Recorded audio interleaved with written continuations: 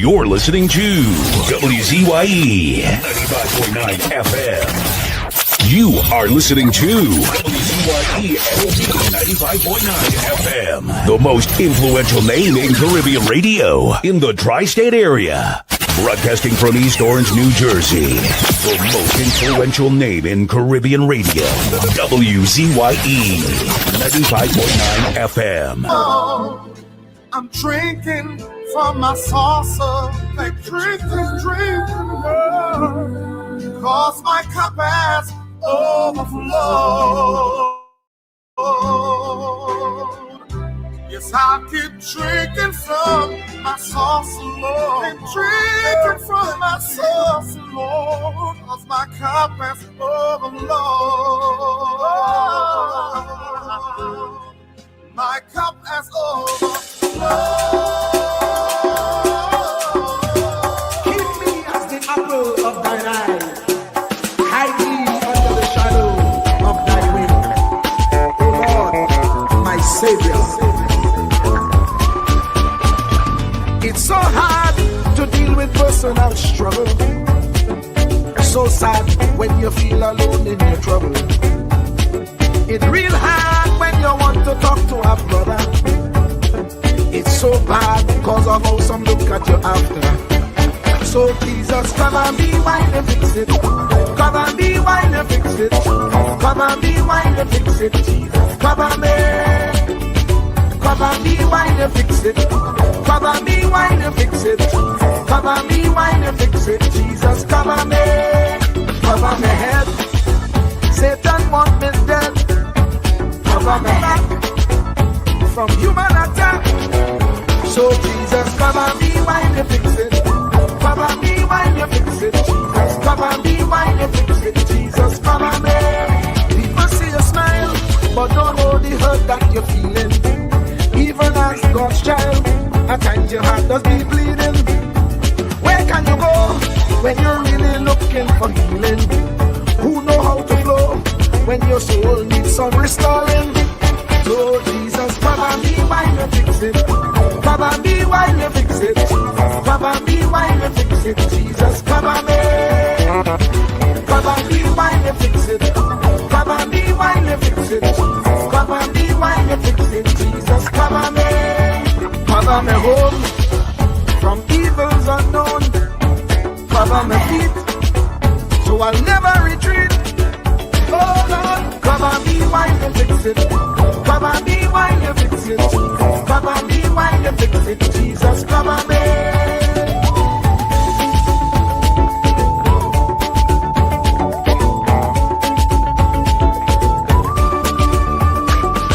Cover my brother. Cover my sister. Them who under pressure.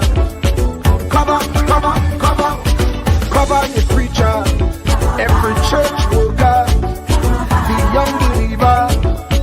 Cover the worship leader and intercessor, every gospel minister.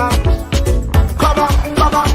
Jesus alone is the one who has the real answer. The one on the throne is the true and loving Father. He will hold your hand and keep you from going under. He will make you stand and let you know he's a fixer. Come and be while you fix it. Come and be while you fix it. Jesus, come and be while you fix it. Jesus, come and be. Come and be while you fix it. Come and be while you fix it. Come and be while you fix it. Jesus, come and be. Cover my mind. You know the struggle sometimes. Cover my mouth, that the wrong thing wouldn't come out. Oh Lord, cover me while you fix it. Cover me while you fix it. Cover me while you fix it. Jesus, cover me. Cover the Christian in the midst of aggression with the power of your right hand. Jesus, cover them helpless children. Jesus, defend them. Send help from heaven. Jesus, cover all them radio stations that blessing the nation. Grant divine protection. Jesus, cover me.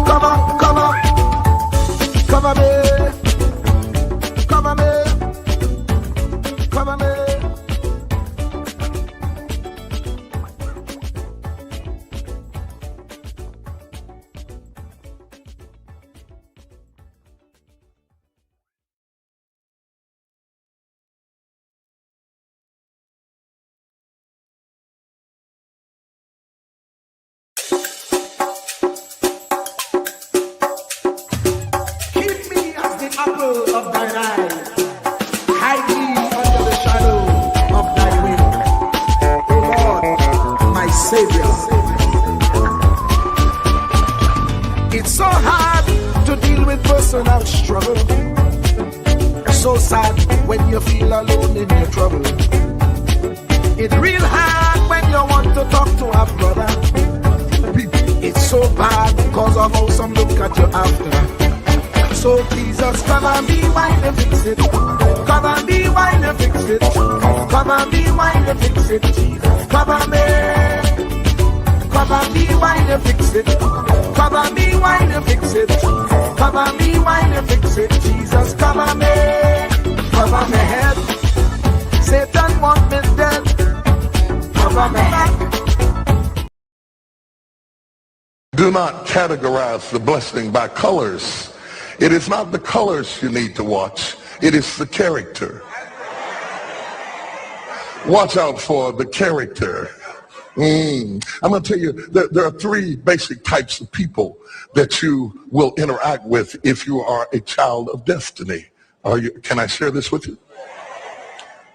The first group are confidants. Confidants. You will have very few of them.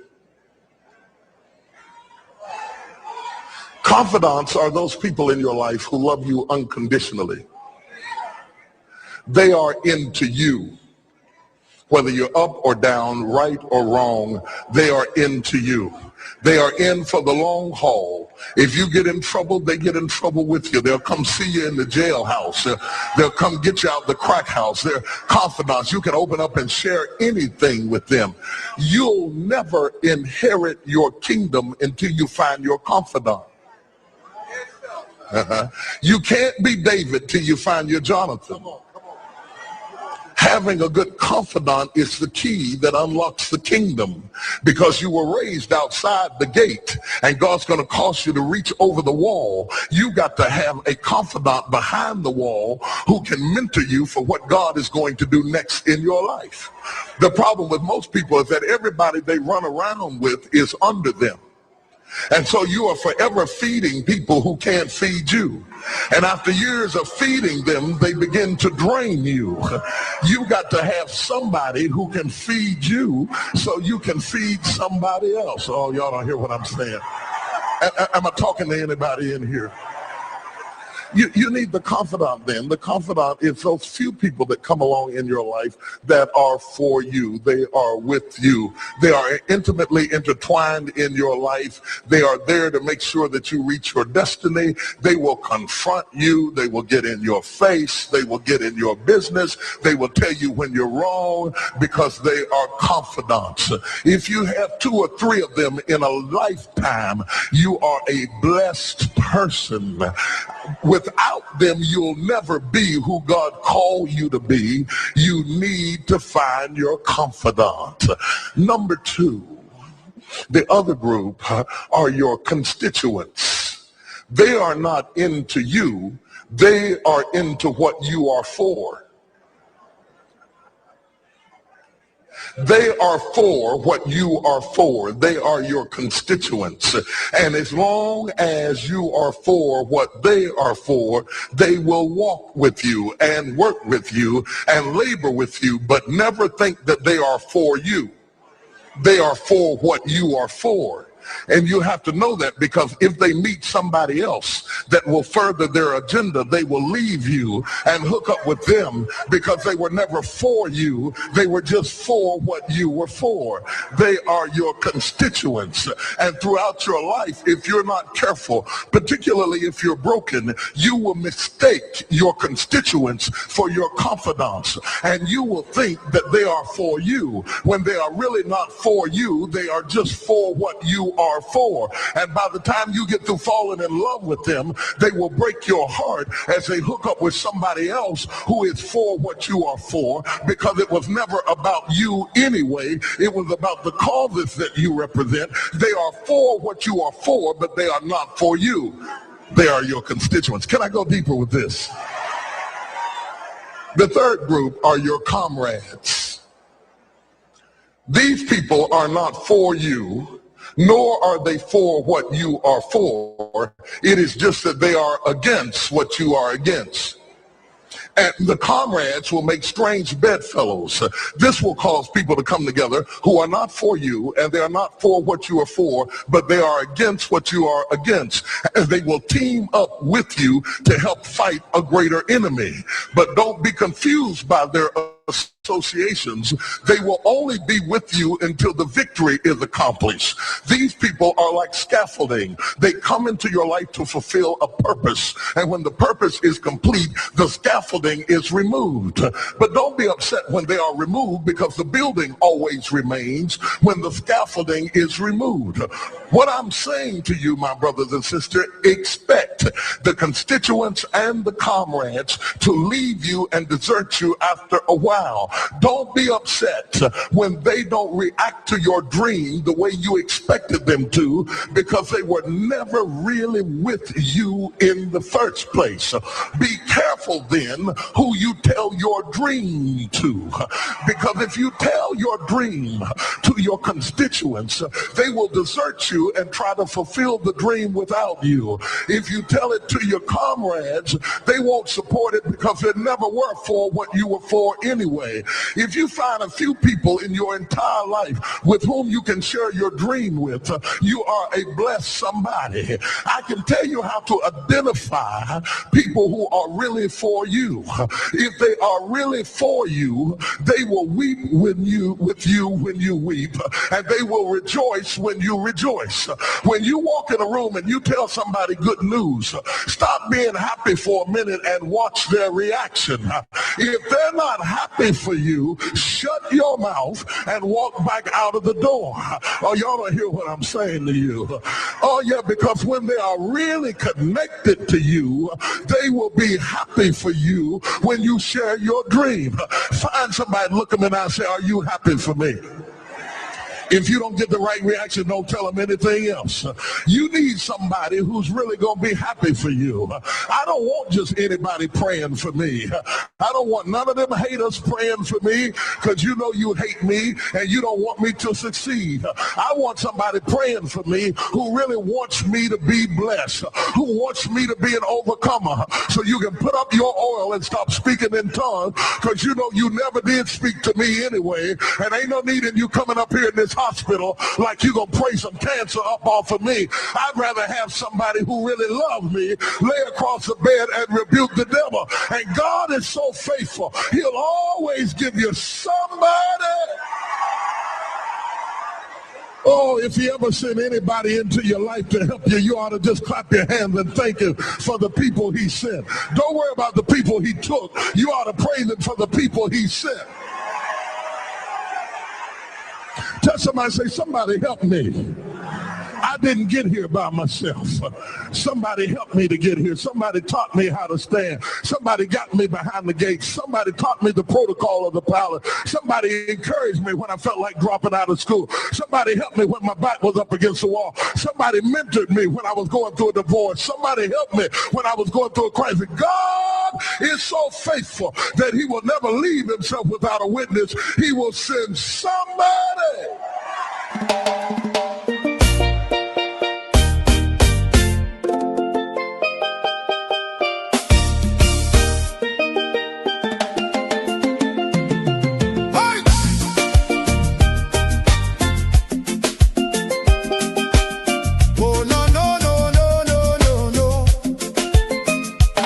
Lord, we tune into WZYE 95.9, the world right in the airwaves, shining bright and fine. From Margate to the islands, the signal never fades. We lift our hands and praise you for the joy that it brings today. Bless Mr. Wall Street, Uncle Tommy, all the viewers too. Every viewer, every caller, every chatter in the crew. Pour your favor on the station, let the Holy Ghost flow free. WZYE 95.9, broadcasting victory.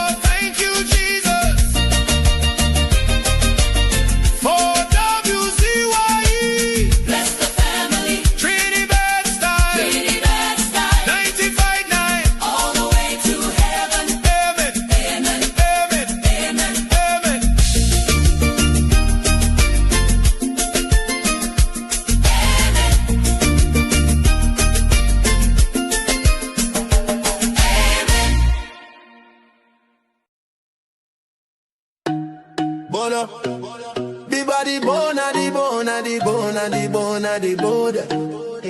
Yellow chan can lona the bona, the bone. Kamla the mountain, she nah move, she nah shake.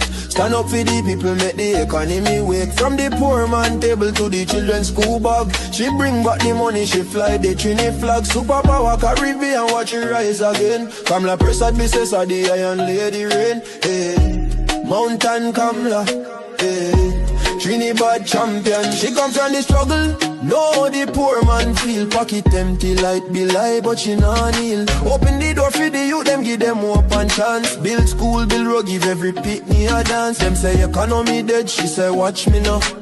Bring back the jobs, make the dollar run through. From Laventille to Cedros, from Tobago shore. She feeding the hungry, she open every door. Strong like a mountain, rain now wash she down. When the pressure bust, she still stand her ground. Strong like a mountain, rain now wash she down. When the pressure bust, she still stand her ground. Kamla the mountain, she nah move, she nah shake. Stand up for the people, make the economy wake. From the poor man table to the children's school bag. She bring back the money, she fly the Trini flag. Superpower Caribbean, watch it rise again. Kamla Prasad Mrs. of the Iron Lady Rain. Hey.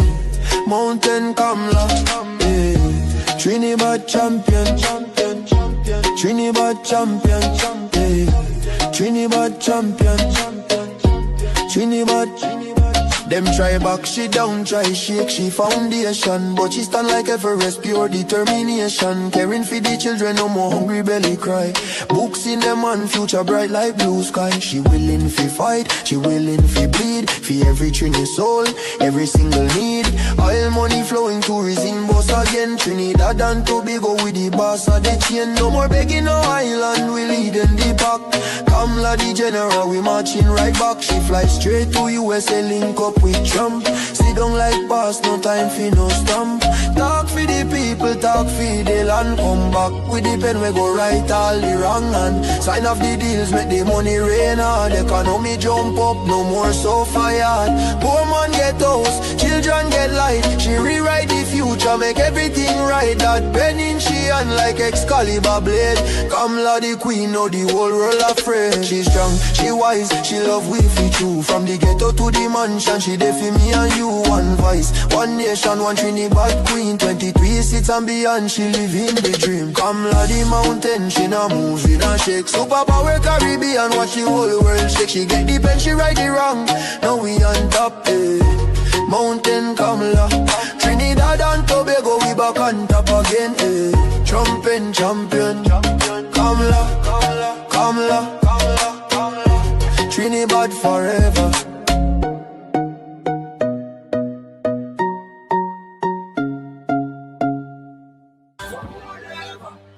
Whatever, for whatever, we moving up, straight to the top, top. We moving up, straight to the top. Better days are coming. Better days are coming. Better days are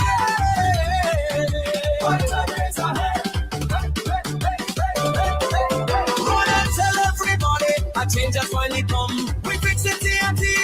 You and see his love. Run and tell everybody the work has just begun. We build it TNT. You and see will get it done. So whatever, I got whatever. So whatever, I got whatever. So whatever, I got whatever. So whatever, I got whatever. Better days are coming. Better days are coming. Better days are coming.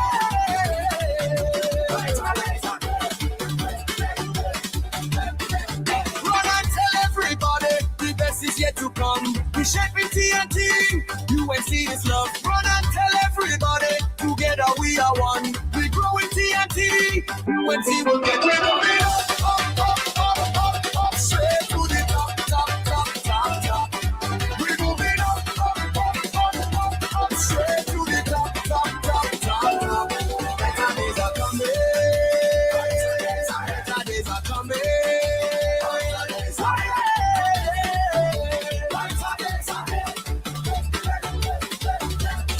We say, so whatever.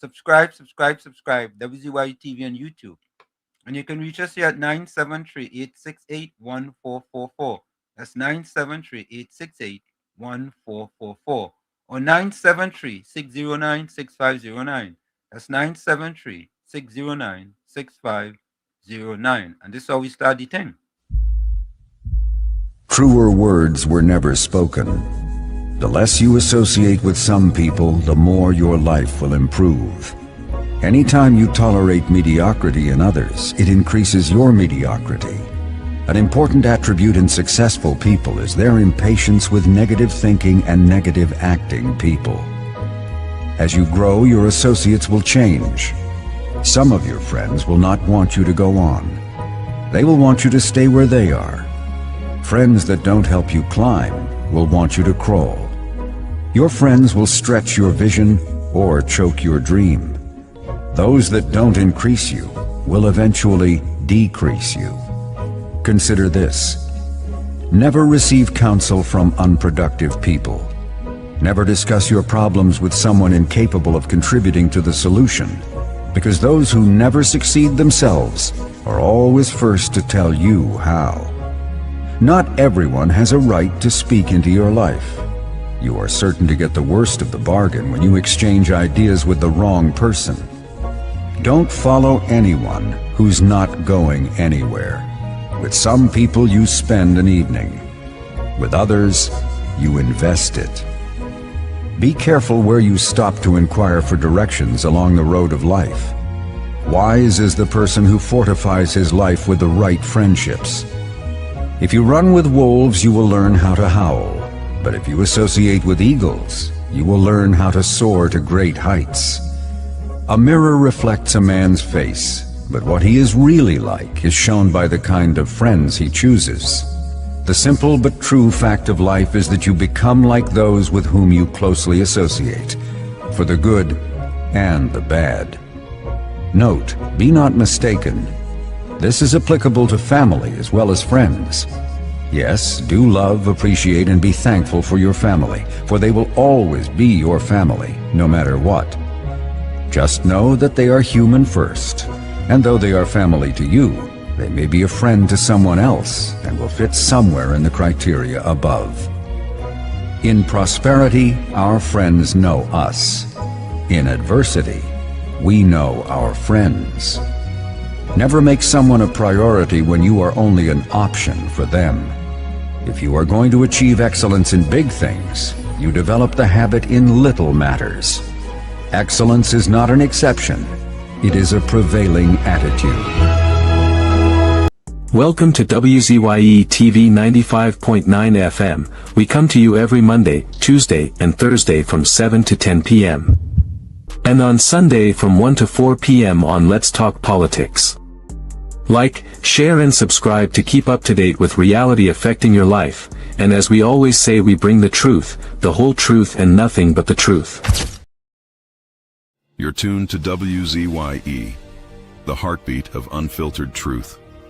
We're more than a station, we're a movement, grounded in facts, driven by integrity, committed to progress. We don't chase headlines, we create them. Decoding politics and current affairs to question power, not cozy up to it.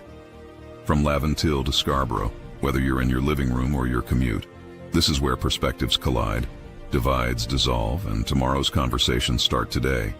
WZYE, we originate, not imitate. In the Village with Uncle Tommy and Professor Wall Street. Hey, this is Lady Gaga. Hey, it's Taylor Swift. You're live in the mix with the one and only. Hey, this is Justin Timberlake, and this is In the Village. Yo, what's going on? This is Jersey Drake. Hi, this is Rihanna. Hey, what's up? This is Ludacris. What's up, y'all? This is Nicki Minaj. You're rocking with the best. It's In the Village. In the Village with Uncle Tommy and Professor Wall Street. Anselm LeBon and Marshall Nesbitt solemnly swear to conduct this radio program in a true, fair, and balanced manner, ensuring that all perspectives are given equal consideration and that the information presented is objective and unbiased. We pledge to provide a platform where diverse voices can be heard, fostering open and constructive dialogue that serves the best interests of our audience and community. Our commitment is to uphold the principles of journalistic integrity and ethical broadcasting throughout the duration of this program. Thank you.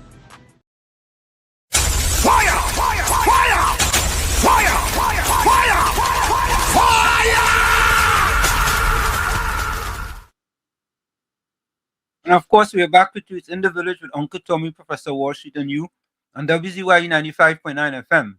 We come to you every Monday, Tuesday, and Thursday from 7 to 10 p.m. That's Monday, Tuesday, and Thursday from 7 to 10 p.m. Don't forget, folks, whenever you join us, do your WZYE civic duty. Share the live, WZYE 95.9 FM on Facebook. Subscribe, like, and share WZYE TV and YouTube. And you can reach us here at 973-868-1444. That's 973-868-1444 or 973-609-6509. That's 973-609-6509. Let me say a special welcome to my pal, the young man himself, better known as Marshall Uncle Tommy Nesbitt. Come here with you. Quite good. It's a pleasure being here with you again on this eventful Monday. Nice, warm, toasty day. I would tend to think that you would have run earlier today, so you know how the temperature was going to be. Yeah, I started at about. I actually went to Teaneck to train today. Wow. And I went to Teaneck High School, which is about 35 minutes from here. And you know, Tommy, when you're training, the track does really help you, with your Yes. training and your time. Yes. So, I would imagine that track was well maintained. man, Tommy, it's a brand new track, boy. It's Teaneck. Yeah, Teaneck High School. And Tommy, boy, I feel like I was running on water, boy. Wow. You know what I mean? Boy, it's one of these most splendiferous workouts I had in a while. When I leave there, I was happy like 25 packs. Wow. Yeah, man. And a matter of fact, I think I'm going back there on Wednesday. Good idea. You know, it's interesting, even though it's half an hour from your home. It's worth it. Going to the track in Springfield takes me about 15, 20 minutes. Right. So it's only like an additional 10 minutes, 10, 15 minutes to get there. But the track is really, really, really, man. I was surprised because I haven't been there in a long time. And when I went today, man, I was totally impressed, and my workout went fantastic. So things are looking up. I can't complain at all. And tomorrow the weather is gonna be 100 and something tomorrow. Yeah, it's gonna be brutal. So I have about 3 or 4 training sessions tomorrow. So I might rather get up a little early and go and run about maybe 9:30. Then I think I have a session at 10, 10:30, and 11. So I have to get them in early before the temperature turns to 100. So I'll have a long day tomorrow. But time management. Well, are we supposed to experience triple digits for the rest of the week? Say that again? Are we gonna have triple digits for the rest of the week? They say Tuesday, Wednesday, Thursday. Well, that's 3 days. That would feel like a lifetime. Yeah. So, the central year will be on. Tommy, it's interesting, right? Batos was in first tonight, but Yep. Things change up a little bit, but you know what it is? It depends on what time we put up the what time I send it out. It's interesting. I know we talked about this previously. How it is for me that, well, at least me, right? Growing up, I never had a fan. For my 18 years of living in Trinidad and Tobago, I never slept with a fan I never slept with an air condition, and I never slept in central air condition for 18 years. And you know what? It never bothered me. If I go back to Trinidad today, I cannot sleep without central air or air conditioning. That's interesting, eh? I mean, I think that's because how your body changed, and you had to deal with this cold temperature up here, and then you had to deal with the warm temperature, so you know. Yeah. And in Trinidad, when I used to live in Trinidad, very rarely did I used to run bareback. I always had on a t-shirt. Now, if I go running in Trinidad, if I run with a t-shirt on me, you'll just think when I finish, you'll think I come out of cement pool. Or you think I just take my shirt and I throw it in water. It'll be soaking wet. But you know. And so Tommy, I was just thinking about this. July the 4th, 2026 will be approximately 49 years that I left Schumacher Clavante. July 4th, 1977. That is 49 years, right? Yes, 49. It will be 49 years, almost making it half a century. 49 years since I left Schumacher Clavante building one apartment tomorrow. And my anniversary is 4 days after yours. Yours is 4 days after mine? Yep. And how much years will you be? 54 years. 54? You know, Tommy, I gain vex, eh? I gain vex. I really gain vex, eh? Why? I just see something come up there, but then they are saying that they should release the Hadiths in it. You know, Tommy, you have to start to understand Trinidad and Tobago, you know. You see, Tommy, if that was this small man, you wouldn't hear and Philip Alexander make an next video today, and I go play it, yeah? Because the message is serious message. You know, Tommy, I was talking to some people today. You know, if that was the small man, or as the fella call them cockroaches, he wouldn't make no statement when they was doing the cockroach and them all kind of thing, you know. But all in a sudden, Tommy, 1%, right? Get detained, and all of them have something to say now. You see, Tommy? You see how evil and wicked the PNM is?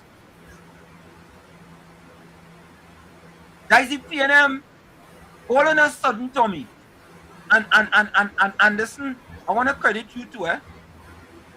When the small man was getting detained, Tommy, and showing themselves, right? And they detaining them just because it was a SOU. How come them fellas wasn't saying nothing, Tommy?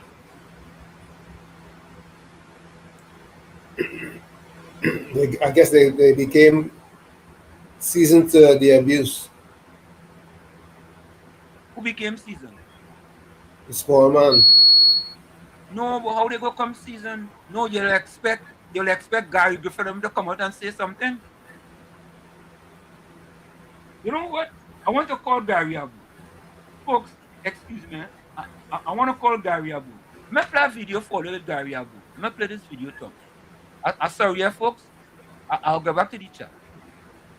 But I vexed tonight. I really vexed. Because, you see, when this small man getting abused, used, and disrespected, them fellas don't have much to say. No. Listen to Gary Abu. Listen to what Gary Abu. It's only so much racism we can take. And if the Jews could leave Germany, the Syrian Lebanese can leave Trinidad. The UNC must stop spreading hate and division in the nation. And if they continue, I am going to myself go on a platform to encourage every person who invests in this country to pull up their roots and find somewhere else fertile ground where people are loving and caring. I represent the Sea people. And is it to say that I represent them because I'm involved in drug activity? Take it to the police. My hands are as clean as I would want them to be. I call him Gary Ago. I call him Gary Ago because I want to know from Gary. Gary, how come you wasn't so boisterous? Hello? Gary? Hello, Gary? Gary, you're live on WZYE 95.9 FM with Uncle Tommy and Professor Walsh. How are you? Hey, listen. I don't know what kind of music you listen to, but I want you to hear something, right? Okay. I live next to a river, so the smallest frogs in the world live in Trinidad. And when they have their young, they carry their young because the young are so small, but so it is overwhelmingly loud. How you all guys going? Gary, we are going excellent. But Gary, I'm disappointed in you. I'm very disappointed in you. Here's why I'm disappointed in you. Because when the little small man was being locked up, Gary, under SOE, I really didn't hear you make no statement. But all of a sudden, Gary, one person in the what is called the 1% in Trinidad and Tobago, right, was detained. I hear you saying that the UNC racist and all these Syrians should pick up the Georgie bundle and go somewhere else. Why is that, Gary? Why would you encourage that type of thing? Why won't you just try to be a unifier? The PNM, under the PNM, Gary, plenty little black youth get locked up in that SOE, Gary. Plenty black youth, Gary. But them don't have the means that the Hadiths have. They don't have the means. So they had to stay and do in that hole in the cell. They couldn't complain about the hole in the cell, Gary. You know, so, and you know, Gary, here's my friend. But I'm disappointed in you because I think you went down the race line and you didn't have to go down that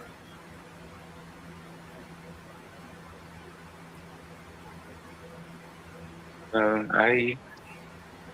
Of the 16,000 families that I know, maybe 200 of them have problems with offspring who at the point of humanity and life. And so I'm very aware of all of the people who were arrested, and many of them I know the families. Nobody said nothing, Gary. Even Gary Griffith come out and talking about you. Gary Griffith defending. He never said nothing. He called them cockroach. That's what he called them. But all of a sudden, Gary, one, you know, Gary, one, you know, it wasn't 2, 3, 4 or thousands, you know, one. And there's an uproar. Why is that? Well, to me, I mean, the greatest respect to you.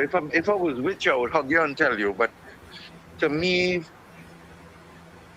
truth speaks loud. You know, like what you saying is loud. But let me finish. But there are many types of truths that coexist. I don't know any black people, boy, to tell you the truth. I really hardly even know any Syrians. When I was a young man, I raced all these borders because I suffered the consequence of being sent into Port of Spain in 1970 when we had race riots and liberation. That was important, but I was in the middle of it as an 11-year-old child. And there's a lot of reaction and action, and it's part of our history and it's important.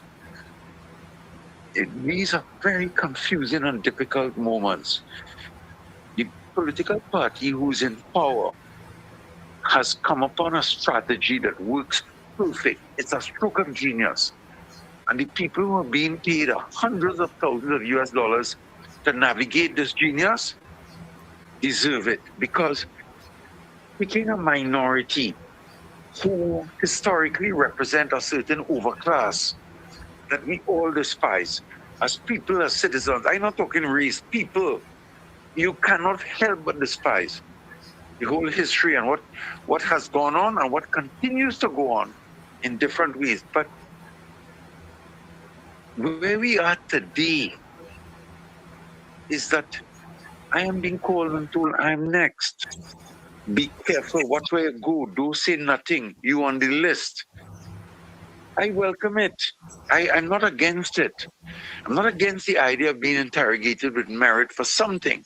And But Gary, it doesn't work. It doesn't work like that. Gary, if It doesn't you work like that. son, Because you are not to worry. when the woman, listen, everybody's a cocoa farmer. No, but if you don't have Everybody. son, you are not to worry about. Of course. Listen, all farmers have some cocoa. Face it, every taxi driver, he's taking an income, he's not properly recording it and paying tax on it on what he earned. Every contractor, every construction worker who goes out and catch 4 days or 3 days or quoting on jobs, nobody's following the tax system. So, of course, if you find somebody like Basdio found Pandey before the election that he won, there's a woman that came and brought a charge against him that she was up on a ladder and he stuck his hand up in her ass. She was paid for a private settlement and the matter never went to court. But just the idea that that's the kind of man who will stick his hand up into a young girl's ass on a ladder, it created a revulsion. So there's the damage. And it works perfectly to isolate a minority. I hear Philip Alexander's post today about 200,000 Africans and 200,000 Indians and 5,000 Syrians come and become billionaires and millionaires overnight like that. You know, I understand how it has happened. And I'm not saying that 20% or 10% or the equivalent percentage of any minority or majority population that would be corrupt, would be weak, would succumb to the weakness of the flesh and say, yes, let me pay you the bribe and get the kickback. But the other 80% or 90% of us, oh God, listen, I work 7 days a week. I love my job. I tell people I never work a day in my life. But don't come and curse me. I have a close friend who's in True Value shopping and a big, beautiful black man tell him, your mother's CUNT, a nasty 1%, you're holding up the effing line, all your Syrian, all your this, all your... Just so. This man I'm telling you about is in his 70s. He's an old man. And he worked in public service for over 20 years. Distinguished service to the nation. And here's this man cussing him because he's a 1% and he's Syrian. Listen, Let me ask you a question. Gary, I hear you, but I think what you did there, Gary, you should go. Why I ask you a simple question? I don't live in Trinidad and Tobago. I am on the outside. I listen to the people outside. And to me, no, man, your heart is liquid. Your heart is right next door here to me where I live, right outside. Yeah. I don't see you. You in my world, you right here. You're here, man. And if you ever come to Trinidad and you need a place to stay, you could always stay by me. Yeah, Gary. I don't see all these horrible, evil things. I don't see that. I don't see that in people. And I'm not Gary, defending. I couldn't understand. How you could call you and Gary? Man, let me tell you what, right? Listen to this, Gary. I like statistics. Under Kamala Prasad disaster people's partnership, Kamala Prasad disaster reduced the amount of black people living below the poverty line from 19.8% to 17.3% between 2010 and 2015. Under the PNM, when they came in power in 2015, black people living below the poverty line was 17.3%. Under Dr. Rowley, who stated that he could be the blackest man in Trinidad and Tobago, the amount of black people living below the poverty line was increased from 17.3% to 26.3%, a whopping 52%. And the same black man went on the TV and said to the supporters, just like 61% of the black people in Trinidad and Tobago supporting the PNM, that he have no problems making the rich richer so they could create opportunities for the poor. When he said making the rich richer, people had to interpret what he means. or they know exactly what you mean. So I don't understand how you can see the UNC is a racist Yeah, party. yeah. Listen. These are powerful things we're saying. Yeah. You see, truth coexists. Like the truth. I'm not denying. I live in exactly what you're talking about.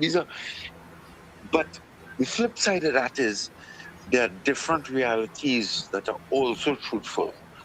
And my reality is that Philip Alexander has come up with a great strategy. And the same advisors who are advising Donald Trump as to what to do and not do is advising our beautiful Kamala. And that is not what I signed up for, because me, like you, listen to this. I want to understand, right, how you could say the UNC is a racist party. That's what I want to understand. Because you didn't give us any facts, and maybe it was emotion that had you say that, but you didn't give any facts. I gave you facts about the PNM, how them have black people at the bottom of the socioeconomic ladder. I went to St. Mary's College, right? I went to Stronghold. And I had problems at school because I had a limited budget and I was an open-spirited guy. I did not believe in St. Mary's College. We had Muslims, St. Mary's, or you get there because of your family? That's a good one, boy. That's a real good one.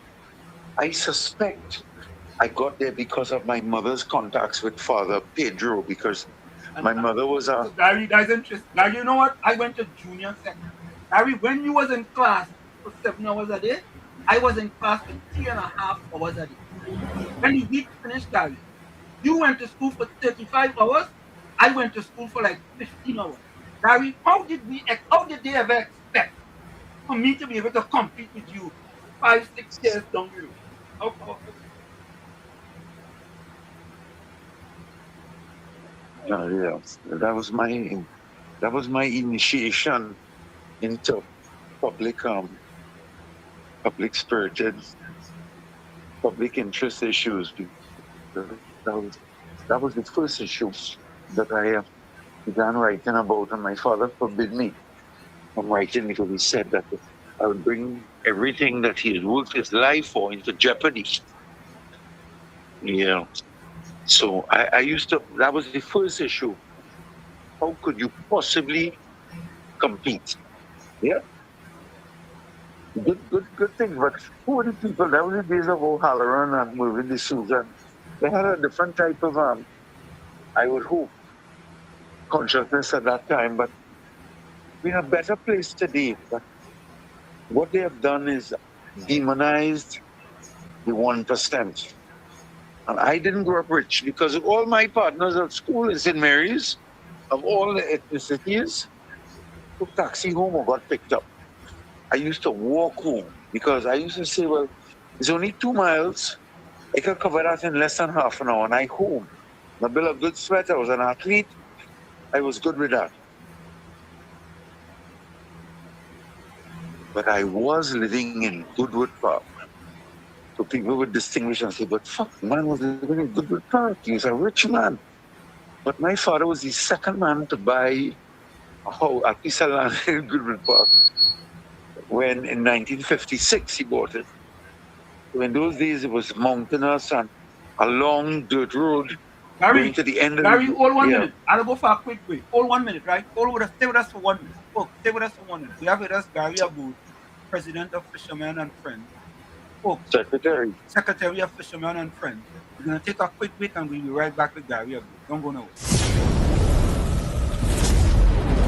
You're listening to WZYE 95.9 FM.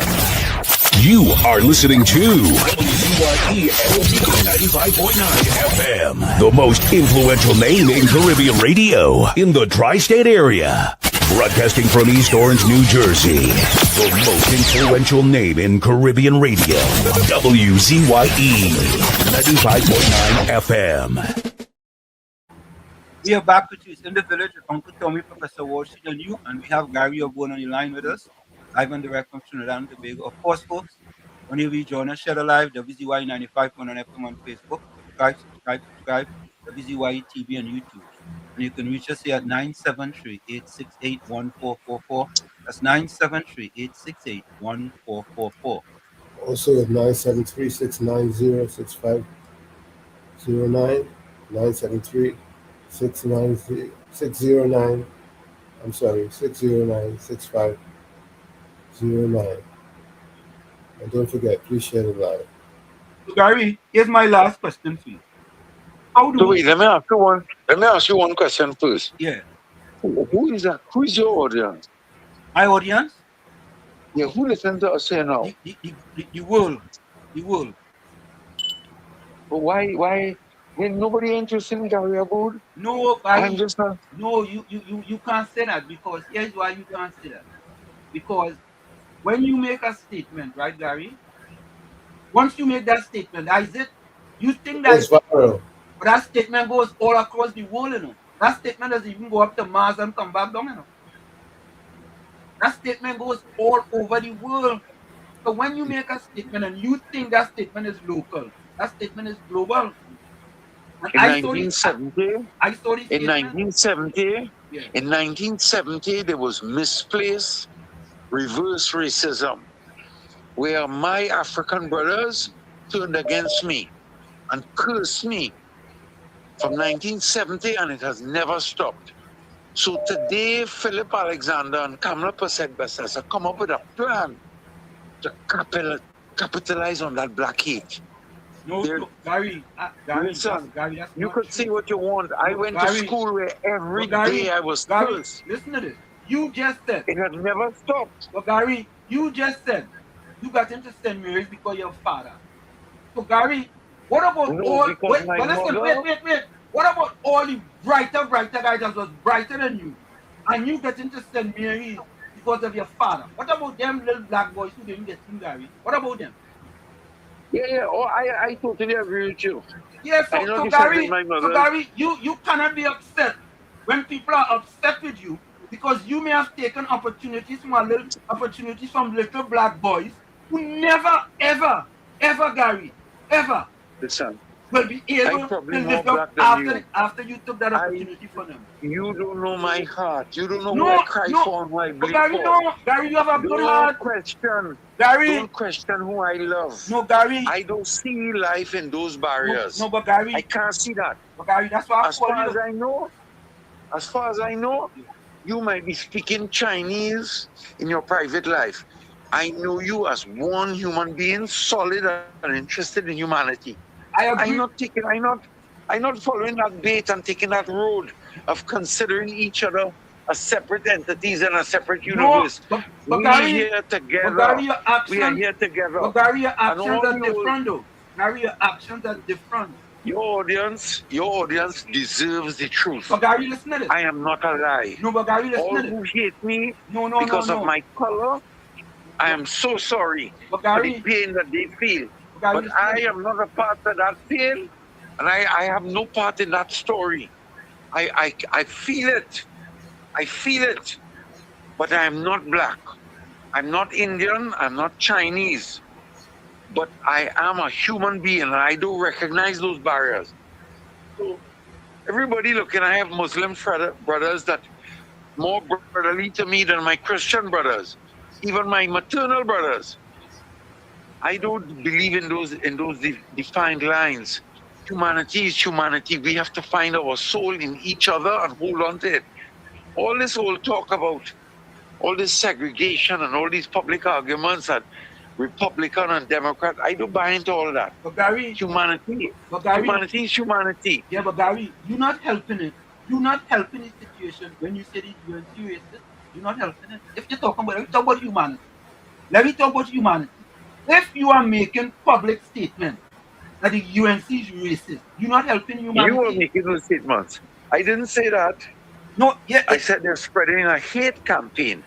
No, in your video, let me play the video. Let me show you. Hold on. Let me play the video. Hold on a minute.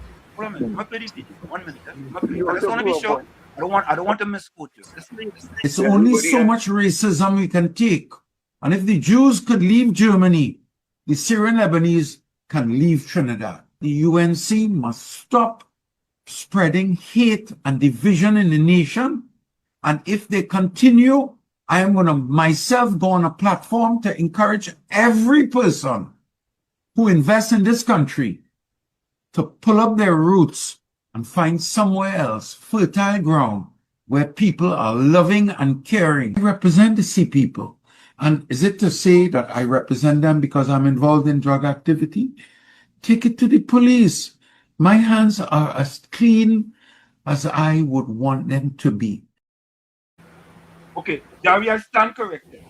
But Gary, how could the UNC be sharing hate? I don't understand that. How? Can you see my camera? No. We on the phone because we on the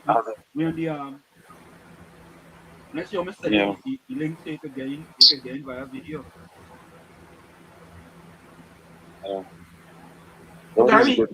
Gary, I appreciate Gary. Well, how could you what did this make you say the UNC sharing hate? What does it make you say that? Because I don't see. I am black, Gary, and I don't see the UNC sharing it. I see the UNC. This is how I see it, yeah? And I could talk for the PNM too, right? I see the UNC trying to take them 26% of black people living below the poverty line, Gary, and improve their lives by the social programs they have gone to Parliament and implemented. For example, Gary, they raised the level from, say, you could only make $900 a month to get social services. They increased that from $900 to over $1,000 a month. So that means more people that look like me, could now get help from the government. I don't see how they're spreading hate. I really don't see that. And because one person, Gary, 1% wanted, Gary, 1% was detained, and all of a sudden, the UNC spreading hate. God be with them.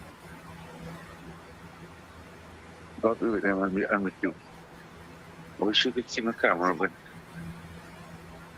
the show audience all the best. I said more than I should. All right. God be with you, man. God be with you always, always. No matter what comes along the roads between us. Yeah. I send you my blessing. You know we're good. No. All of us searching. I learning from you. I listening and I seeing different things. I need some time to think about it, but all right. I'm sorry. Think about what I said too. All okay, right. bye-bye. Cool. Thanks for yeah, man. Bless. Good night, guy. Huh? Mommy, I'm sorry, you know. Yeah. I'm sorry.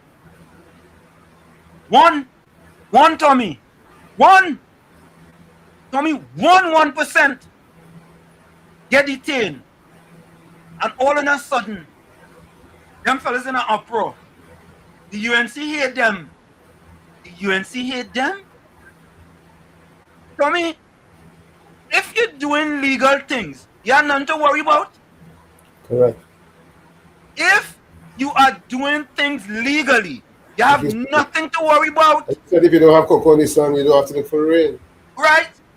If you're doing illegal things and you could pay for any attorney in the Caribbean, get the best and defend yourself, every person is innocent until proven guilty. Right? But you see, when you get them the facts, they can't deal with the facts, you know. Because Gary admit that he getting to St. Mary's because of his father. Tommy, you know how many little black boys could have been there? He said his mother. But his mother, whoever. His mother. Right, Southwestern, hold on. Hey, Tommy? And Tommy, we knew that long time ago. Absolutely. We knew that. Gary confirmed it.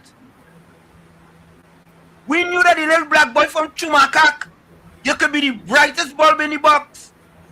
You had to go to Southeast Port of Spain And that is under the PNM. Gary got it absolutely wrong. It's the PNM who hate black people, Gary. You get it wrong. Them have black people living in the bottom of the bottom in the sub-basement. Oh, bless them, go ahead. A pleasant good night to you, Professor Ogotomi, and all the listeners on the World Wide Web. Share the life, share the life. We meet in Jesus' name. Have a good day. Yeah. Professor, Mr. Abu, taking any questions? I would like to ask some questions, please, to you now. Maybe he might call back. Yeah, maybe he might call back. So I want, I would like to ask him, right? Now, is the Syrian community like him? Do they have children, younger children, and they're looking for work? How much of them he employed and looking for work, and he employed in his establishment as a janitor? He doesn't employ a lot of black people, though. He doesn't employ a lot of black people. I know it because it's have a place in Balsin. You have a place in Balsin. He doesn't employ a lot of black people. I know that part. No, what I'm asking is how much are his kind of people, right? Oh, okay. Is packing shelves, sweeping, mopping, and seeing to the public. How much are his people? Like, like how we brothers and sisters in the diaspora apply for a job to pack shelves, take up things, take it to the counter, write up our receipts, right? How much are them just be looking for work like that? But you see, we stigmatizing them, right? But we have to keep working for them, right? While we draw salary by the end of the month, right? And when we get that by the end of the month, just to live, as they call it, a barely living wage, right? Because we can't go to the bank, take a loan, pay for a piece of land. Because I would like to ask him if he can answer that question, if I'm wrong. And I would like to know how, a structure they can uplift themselves. But I will be distracted by this interview and this talk tonight, because you know why? You know what? When Keith Rowley, right, went to Maduro, he being a sovereign state. When the LCDM came, right, they didn't know who was on the plane. When Donald Trump came to the Southern Caribbean, why he shooting all them people and them without identifying them, right? Then they want peace in the Caribbean, and then you see Penelope Beckles, right? I want to know how them to work hard. And my grandfather, he mother from India, and he remained on a coconut estate, and he had to get permission to leave Cedros in those days. And when the PNM was in power under Eric William, right, the only work it had for him was estate work. While in Porta, Spain, it had Dr. Eric William work. While you're seeing conglomerates, businessmen getting opportunity to build and be part of our organization. So you see, now the cookie and the gift, what was gift wrapped, is open now in the surprise birthday party. People like the gift they get because not too long they play smart with foolishness. So good show, good interview, but I would have liked some more better answers. But after that, good night. Thank you. Oh God, Tommy, look the next one. Everything education is expensive. Try ignorant. Look, he Papa. He continues, Tommy, to be the face of everything education is expensive. Try ignorance. Look what he right up there. And he just hear what the fella say, right? He just say what the fella say. Yep. So Tommy, all them little black boys, all them little black people from Chumaka, Clavanti, who could have go to St. Mary's and Fatima and CIC and all of them schools, right? Oh, this spot could have been taken by other people who was privileged.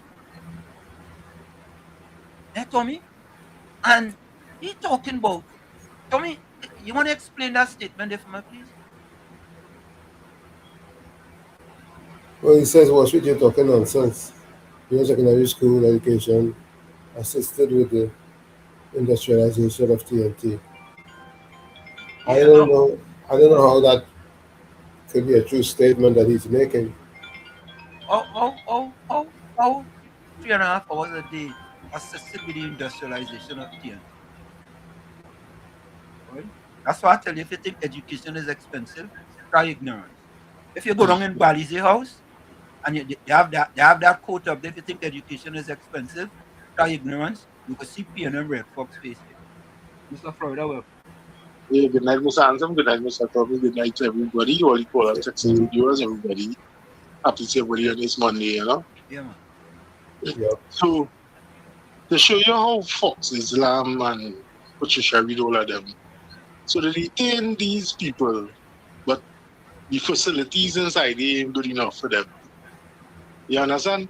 But they own people who didn't be backing up and calling for in that situation for years, sleeping on that same floor.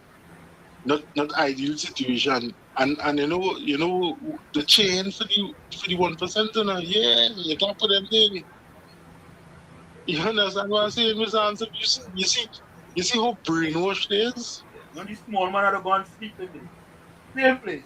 The small man. You understand? Gary Griffin called them cockroaches. All of a sudden, 1%, right? Get it changed. Gary Griffin come around. You had to change these orders now. You had to change it. You had to change it. Gary never made no statement about defending them little cockroach and them. No, but when you see it, a race that is intended to hate themselves. A race, right? That's taught to love a race that's taught to love each other, love others, and hate itself. I think about the good quote. You know, I forget about that quote. Look, I forget about that quote. I mean, look, go ahead. Perfect quote. Oh, a race that's taught to hate itself and love the world, right? A race that's taught to love itself, and a race that's taught to hate itself and love the world. That's what we are. That perfect. Nice P&M. Yes, a race that's taught to hate itself and love the world. That's us. P&M. P&M. Like P&M, because Mr. William Gary, who just spoke, welcome to our reality. All of us face discrimination in work. You feel in school. You feel we when we went to one school. of them. Them no face nothing. We didn't went to school in the prestige school, and we went through in the ghetto school. Yeah, we went through junior sec. 3 hours a day. My Gary go to school for 35 hours a week. We going to school for like 15 hours to the week. How you going to compete with them?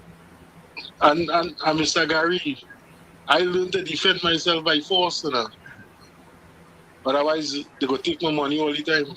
What do pick on Gary? Gary's my partner. No, I just showing them that is reality. All that we face when we was growing up. Yeah. Back in the day, in the 70s and then, they didn't allow certain people in the church and then, they didn't allow certain religion. Everybody faced it. All our forefathers faced it, grandparents, great-great-grand. So you see, what we have to try and do here now, Mr. Ansem, is try and move away from all of that. Yeah. If you know you're not doing wrong, you're okay. Yeah, nothing to worry about. Nothing to worry about. You're good. But if the law finds something against you, then it take it course. Exactly. And why we trying to fight that system for? And that is what the system is the law. And Mr. Florida, all of a sudden blaming the government because the P&M looking the other way. When they was doing all this simmy-dimmy, that's why the P&M is a criminal gang. Yeah. The P&M is a criminal gang. Why them fellas was doing all the thing? The P&M was looking the other way. All of a sudden, one of them, one. Yeah.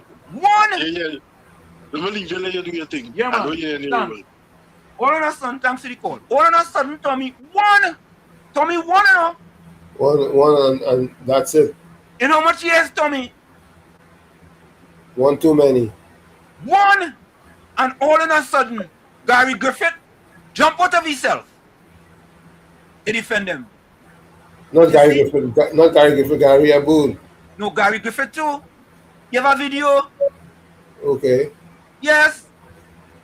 We're talking about the orders, the orders, and how it shouldn't be like that, and it shouldn't be like this, and this and the other. He defending the 1%. That's from whence he came. And he was the one who called them fellas and them cockroaches. Why didn't he defend the cockroaches and them? Brooklyn, welcome. Good night to you, Wall Street. Good night, Uncle Tommy, and the viewers and listeners. Wall Street, the PNM has raised African people children, whether you went to the school name, whether you went junior sec, whether you failed common entrance, whether you never go to school at all. When it comes to the PNM in Trinidad and Tobago, our children was raised only to be workers. At no point in time they teach us, right, to be business owners, because they had the agenda, as Rowdy said, for the rich to get richer. So when Southwesterners ask you if them 1% children just work and do janitor and clean, no, because them 1% children, that 1% little bunch of children is going to be we children boss. Them already we children boss. They don't have to do nothing. They don't have to work hard. Them is we children going on. We spend all kind of money. But Brooklyn, Roger asked this question. Roger asked this question to me. It's a brilliant question. Brilliant. Roger, you'll get a round of applause. You ever see any children, Syrian children going to junior sec? You ever see a Syrian go to junior sec, Tommy? Never. You ever see that? You ever see that? I wonder if PNM Fox ever see that or Patricia Weed. Or ever see that PNM Fox or Patricia Weed? Where in Brooklyn? Wall Street, if them Syrian children want to do an exam and don't put nothing on the paper, pass. In the end of it, things end up on the paper. That is the system that the PNM had. They didn't have to do anything. Yeah. Wall Street, as I tell you, when them get old, all they do is hand it down to the children. And sometimes we think teaching the children, sometimes the children go to school and they have no common sense. They don't know nothing. It's the we children who go to work in the establishment educating the boss. Yeah. Wall Street. Yeah. But we cannot get no reward on the PNM for our brilliant behavior. That's why when we leave Trinidad and Tobago, we go anywhere in the world, we end up to be, look at you, you're a professor in America, Wall Street, a little black boy from Chimaka. If you had stayed in Trinidad, you might have been currently for CPAP and 10 days still under the PNM. Without education. Do you know? Brooklyn, you know? Without education, Wall Street. I just asked myself that all the time. Blacklist you. I just asked myself that all the time. Wall Street, all they would have done is blacklist you. And with everything you have, you can't see a way. Right? But the same thing they do when you ask them to educate the children in Laventi, when they ask them for the building, what they do? They mash it down because they don't want African people children to learn nothing. Right. What is Professor talking about from New York? Laventi to Wall Street. When they come and teach Laventi to Wall Street for African children to be smarter than the Syrian children and become business owners and become people in politics to make the country better. You mad or what? No. We're not giving you that. And the PNM don't send them used to call and pull you down and talk all kind of talk after you know. That's what I'm saying. They have them so brainwashed and tied up. It's like obia. The PNM want so much obia on their own people that sometimes when you try to help them, they don't even understand you trying to help them and bring the children out of generational curse under the PNM. They don't want to hear that. They say you mad, Wall Street. Watch it, watching free. Watch it. You understand? So this is the mentality how the PNM had us for all these years. And if you're not strong enough, Wall Street, they will continue to be like that. And I hear an old guy say one time, you cannot be upset with people that don't know that they're wrong, that don't know, that they don't understand, that, you know, they could be better, but they settle. And stagnant water, they end up stinking. PNM is stagnant water. our children. So when you talk about education, our children never had a fair chance, no matter what we do with education, because there was never shooting for the star for African people children unless they leave Trinidad and go somewhere else. And that's when they just understand their worth as an African from Trinidad and Tobago. I gone. Thank you. Thank you, bro. Thank you. Tommy, Preach. Patricia Weed. Do your responsibility as a parent is now the PNM. I guess she didn't just hear what Gary Agut said. Right? You didn't hear that, Tommy? Yep. She didn't hear that. Do your responsibility. My parent, my 10 days working parent was very responsible. Very, very responsible. But the best I could have go was junior sec, and then get a late call to go to Tranquility Government Secondary Patricia Weed under the PNM. Under the PNM. That is the evil and wickedness of the PNM. That is the evil and wickedness. And that is it. Why are they so evil and wicked to their own? Why? Just imagine Penelope Weed Beckles want to bring back CPEP. Tommy, how could you want to bring back CPEP, Tommy? How? How? Want to introduce slavery, reintroduce the neo-slavery. They want to keep black people in bondage. Slave wages. And when people call them out, it's a whole new ballgame. Look, I was fortunate that my mother from Chumakak Lavantil had the forthwith to decide that, you know what? I taken my 4 sons out of Chumakak Lavantil and bringing them to United States and hope they make something of themselves.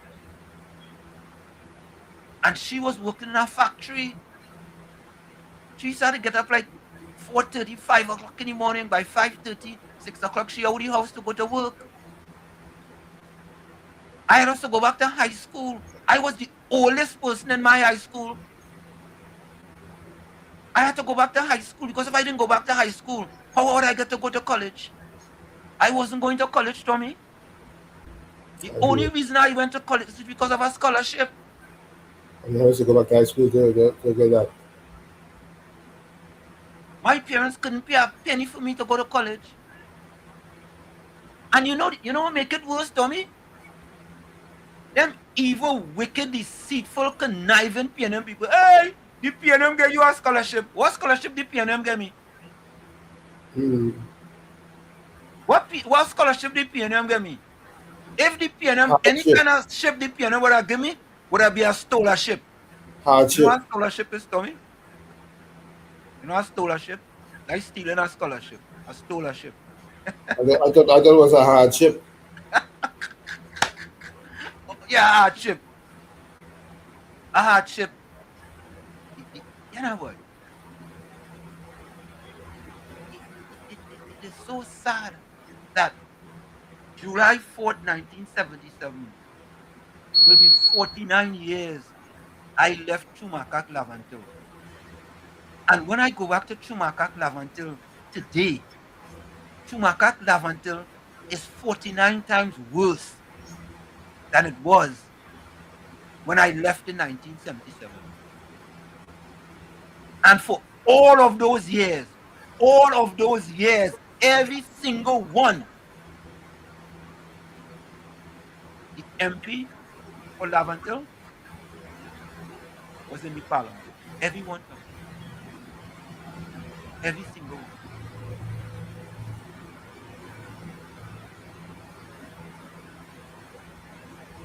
I remember the other day, the fella get about 6 or 8 ones or something.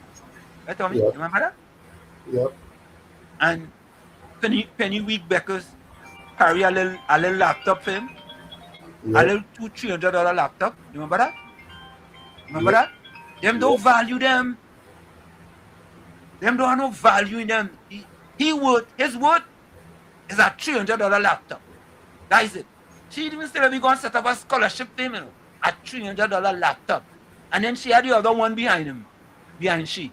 The one who's now the MP. Yeah, I'm gonna be quick. You know, all the talk with the PNM sycophants and them typing in the chat there. Why under the 10 years when PNM is in power, SCA and CXC, who do the worst? Who do the worst? Yes. Who was the most scoring that? under 30%? Who was the most? Who? Under the PNM. Under the PNM, eh? Let me underline that under the PNM, and you know they won't talk about that tonight, but then they just talk about the black conscious. You see the hypocrisy that was here. A race that hate themselves and love others will reach no way. Best saying. All right, guys, look on. Yeah. Tommy, if you think education is expensive, right? Wall Street, you are the only one. Listen to this, Listen to this, You are the only one in your family went to university. Did I say I was the only one in my family went to university? No. Did I say that, Tommy? You didn't say that. How could I say that? I have another brother that went to university. What are you talking about? From Chumaka. I have a next brother. Went to university. What are you talking about? And that happened with an athletic scholarship. What? Tommy, you know, I go stop back into this door, but I go back at this one here. Tommy, let me say something, right? In Boys and Girls High School, I graduated 4th in my class. 4th. Right? 4th, eh? I was there 1 year. I graduated 4th in my class. 4th, Tommy. Right? I had several scholarships, including academic scholarships. Right? Including academic scholarships. But you see, when you think, as I said, if you think education is expensive, try ignorance. Right?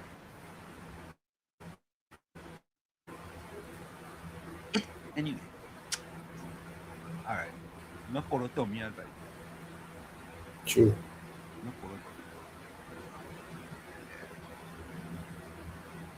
You know who was my MP in 1977? Another Hines. Another Hines was our MP in 1977. The Hines family used to be always going up for election in Laventille.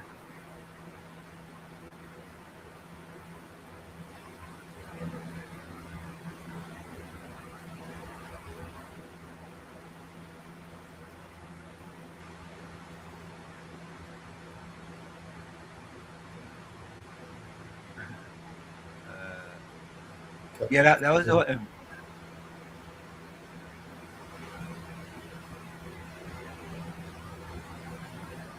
Thank you, Eugene.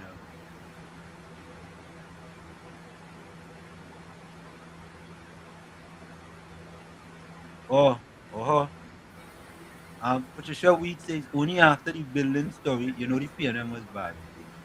No, I know they was bad before that. Patricia, you have to understand that the Laventille to Wall Street Scholarship Foundation, right, came after the building up in Chumaka. You know that, right? The building in Chumaka, Laventille, burned down in 2011. Let me give you a little history, Patricia. The building in Laventille burned down in 2011. Right? The PNM was in opposition. The former found himself up there with Donna Cox. Yes. And they stated that should they win, right, this building will be renovated forthwith. That was in 2011. When 2015 they won, 2015, Patricia Weed, right? Just like he promised the 100 million for the people in Laventille and environs, is the same thing with the building. If that building was in Westmoreland, it would have been renovated as soon as the PNM came into power. Forthwith. that building was in Chumaka Clamantil. You have to leave them people to suffer. Let them see mental. Let them they're mental. When you come out of the building, all you could see is this fire from that burn down that building. Mental slavery. That is the PNM to their own people. Yeah. So, and it doesn't matter whether it's before the building or after the building. It doesn't matter. It shouldn't be like that. They shouldn't be like that because that is the people who put them in power. That is the people who put them in power. And I've never forsaken them. But you see, Patricia, you see, the problem with people like you and PNM Fox and Gordon Ganga Chana, Dryden Joseph, right? Here the problem with people like you. This is the problem with you. This is the problem. You understand? Oh, no. This is the problem with people like you, Gordon Ganga Chana, Dryden Joseph, and right? This It's people like that who have us where we are today. You understand? Yep. But anyway, Tommy, let me go. I want to play. So the thing about it, Tommy, is that I want to play two things. Let me play this one. Let me play Philip Alexander. Listen to the message. Gary Griffith got exposed again.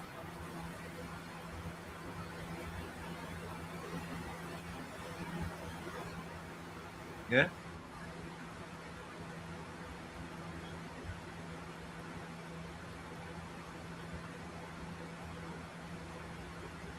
Okay.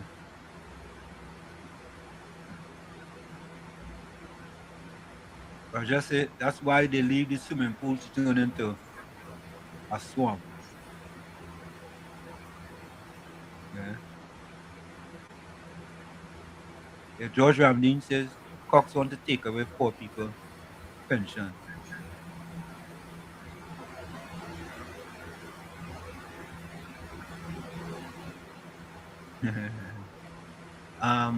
Capitan said Walls I was in Trinidad and I passed the pan building in Orange Grove. What's going on with that? I think the PNM take back the lease. They was going to give it to a man to build a cricket something. I think so, you know. Yeah.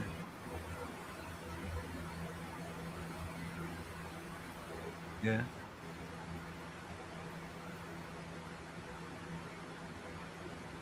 Yeah, Johnny said, well, she don't worry with them detractors. Don't worry with them.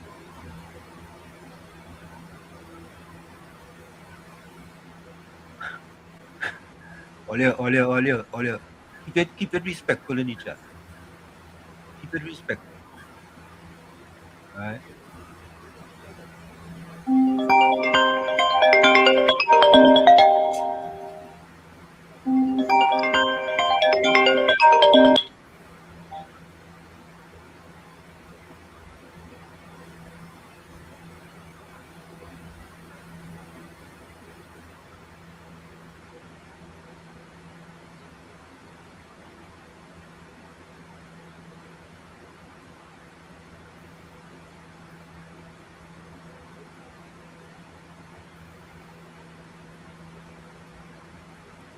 Caller, welcome. You're live on WZYE 95.9 FM.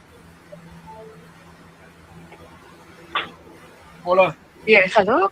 You're live on WZYE 95.9 FM. Yes, sir. I'm just listening, and I mean, I'm a Trinidadian, and I originally from Laventille opposite Fernandez. On the main road. On the main road. On the main road. Yeah, but all up to Macac, all these places I know, Right. going up there and then on Laventille, where you're moving to and fro. I'm proud of being from Laventille. In the earlys, I wasn't really against the PNM, because Chambers came, we needed a road in our trace, came and he showed us he did this and the other, putting and we got the streets and whatever, you know, and to me is when Rowley took over the PNM, this is when everything became dirty. Because Rowley took over with that vengeance. Because it was said to us that Rowley is not good. And the PNM said that. Manning said that. And when time was to choose, when they went Valley the house, the Laventille people, they choose more Manning and they didn't want him. So when he really get into power, he come with a vengeance. He put to mash up Laventille. Top of that vengeance, he is Lucifer. So right now, the PNM has been spoiled because Rowley introduced Lucifer. Everybody who's a PNM member in the sense in the PNM, they all Lucifer people. People only one for themselves. They don't know how to share. Whatever they get, and it will continue like that. So that's why people cannot vote back in PNM. Now, when you check on the UNC, it's not a matter of racial thing. I'm from Laventille. I know racial thing in this. Indian and Negroes, we all one. Chinese, I remember small, going in the Chinese chop and pong in Uncle Back Frame and all of that. You understand? It's not much race. It's a matter we are Trinidadians and we are Tobagonians. When I think, look at our Prime Minister now, Pamela. That woman had full of love. That woman had God in her. Yep. And all her ministers and them, they have God in them. They care. They really care. I would like the people of France they go to you them who say there's PNM to take all themselves out and look at the PNM and use the Christmas before you see when you watch them and get in and come and pray for the UNC because they're on the right track for us. They're concerned about the citizens of Trinidad and Tobago. They're trying to open our eyes to a lot of things that we didn't know about. You understand? Yeah. So, it's a sad thing, you know, I sit down and listen here. It's a sad thing when I look around and sometimes on some of the programs I hear them real bashing UNC and saying how the woman this and that. Kamala, our Prime Minister, is a woman who cares. It's a sad thing to have the people talking these things when she's putting out her all for her country, Trinidad and Tobago. You know? And we need to share that love with each other, and we need to pray for the UNC. We need to pray for our country. We need to share prayer. I have children. I'm a black woman. I have children, and my children, I teach them to respect themselves. Respect yourself. Not because you see this one, the 1 year will have money. Don't study that. You don't need that. You building yourself. You building yourself with all that respect. And I am not disappointed with none of my children. You're all black people. You understand? Yep, hold on. Black parents need to give the children that respect yourself. And you will respect others. And you'll put yourself in place to bring yourself into who you have to be. Not all going to be doctors, not all going to be lawyers, mechanics, all the different things that are there. Make yourself the best that you could. And stop looking down and saying that the black people and the African people, they think for themselves. Parents, tell your children, show your children to respect themselves, man. And when you don't respect themselves, they wouldn't have that talking with them, talking them nonsense about the black people with this thing and the black people this. I mean, we is a crowd set of people. My father, I remember growing up, my father used to tell us, a black woman do not need makeup. She's natural. Everything in her is natural. God give us everything. Or they check all themselves and stop bringing down we kind of people and all they build all themselves up and let me show them who is king and queen out here now. It's a pleasure. Show them who is king and queen out here, man. Alison, you're in Trinidad, right? Are you in Trinidad? Yes, I'm in Trinidad. What part of Trinidad are you calling from? Well, right now, I call him from Grandy. But I still proud of my Laventille. Is there I learn everything. That's so much. Don't be a stranger, eh? Don't be a stranger. Yeah. All right, thanks a lot, Allison. And it's a joy for me to Maka boy. I used to think about to Maka. I mean to say, you're not in my age group here, it's a young fella. But what you thought about was really old. Okay, thank you. Thanks, Allison. Thank you. Allison, thanks for the call. Thank you very much. You see, Tommy? Tommy? Yep. It have people just be listening silently to me. Correct. And when we talk, Tommy, it has touched a nerve in them. Of course. Because it knows the truth. Truth to power. All Truth the to time. power. And you know what they say? No longer can I be silent. Allison, all the way in Sandy Grande, you know. All the way in Sandy Grande. You remember her days in Lavantil. You understand?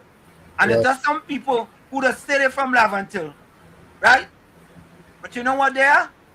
They are a selective memory Lavantil person. They just only select certain memories of them being in Lavantil. That is it. Only select. That's selective memory. You know? But anyway, I want you all to listen to this. Oh, you all remember the other one we played with Philip Edward Alexander yesterday? I want you all to listen to this. Yep. Let me take this one. Anderson, welcome. Let me say hello to all my fans, all WZYE 95.5 fans in the beat. A special thumb out and all out to all of you guys. Right on this. The program, whether a text, a say good night or wherever, people will be listening to the program. I must say good night to you, Mr. Wall Street, Uncle Tommy.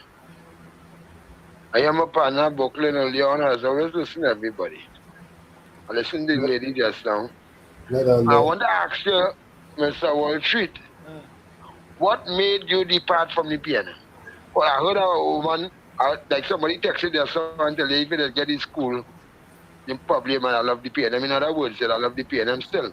What made you depart from them? Let me tell you what made me depart from the piano. Yeah. I grew up all my life in Lavantil. And my mother grew up P&M. And P&M gave my mother the apartment in Chumaka, Lavantil. We used to pay $12 a month. Right? And we were brainwashed by the P&M in that our mother used to tell us that they are looking out for us. And I said to myself, let me see if the P&M truly looking out for people who support them. So I come up with the idea of the Lavantil to Wall Street Scholarship Foundation. That was my baby. I came up with the idea of the building that burned down in 2011 in Chumaka, Lavantil. And Dr. Rowley walked up there in 2011 that they will renovate it as soon as they get in power in 2015. So I was sitting on the sidelines and watching. Yes, I'm supporting, but I'm watching because actions speak louder than words. And as the years go by, I start to realize the P&M don't like the black supporters. They don't. And I started to realize after, right, I send all information directly to the blackest man in Trinidad and Tobago. You must throw it in some dustbin. I said, nah, I can't support that. I cannot. Wall Street. Yeah. The straw that broke the camel's back was COVID-19. Correct. Tommy, you are correct. Correct, Tommy. Thanks for correcting it. Tommy. You hear that, Anderson? Yes, Anderson. That is what broke the camel's back. COVID-19. Tommy, you are absolutely correct. That was all before the Lavantil to Wall Street Scholarship Foundation and the building in Lavantil. All them things. They was part of it. But the straw that broke the camel back was when the P&M was denying poor black disadvantaged people to come back into the country. I said I can't support that. That was And likewise me, there are a lot of things that make me dislike the P&M. And I heard you all spoke about the Southeast and Junior Sect. P&M invent PNM had invented the junior sec. I went to Belmont. I was sending some papers, some school papers, some primary school go straight up. I was sending them a phone for you, Mr. Worship. I never get lower than 95 since I was 5 years. Never getting lower than 95%. Never. When I'm 99, when I'm 100 out of 100, 98. My SCA, the Express and the Guardian have run to the communication room. I sat communication the same day with my elder brother. I was sent from standard 3 to standard 5. And then people used to just close there. They say, "Boy, all you go in college, all you go to college. You and your brother go in college." And even Belmont Intermediate, they sent me Belmont Junior Sec. I was brighter than everybody in my brother class. More intelligent than everybody. You went to junior sec. Right? You went junior sec. Right. But my little sister, went the same junior sec and Southeast after. He came out with a diploma in English. He teaches me, anytime you can see the principal. That's my little sister. Now, all I went through with the UNC, it have things will make you, well, you with the PNM all the time, you're supporting them, and you'll see things that make you get to dislike them. Likewise, me. Who are the most UNC flags in Trinidad and Tobago at one time in history? What picket the most flags and that putting on the most flags? I'm talking about somebody pay me to do that. I talk about going on. We're going to mission and need 100 flags. Mission, please. Oh, honestly, but I every morning, man. Right, honestly, come out, drop the flags for you. Right? And so it went down. And I see today how the UNC treating somebody like Anderson. Out of 150 people were cursing Fisher Lines. You see, proximity, that his words there in the courtroom, eh? You heard approximately 150 people cursing him, but you know voice he made out my own. The man should then give me 7 days imprisonment, which I appeal. And I go in high court now with Fisher Alliance. Me and God alone. Right? You know the UNC, as we just say, in layman terms, UNC doing some fat and Anderson right now. Do you think I should hate? You think I should hate the UNC now? No, absolutely. Here's why I understand. The PNM didn't deliver to you, so you turn against them.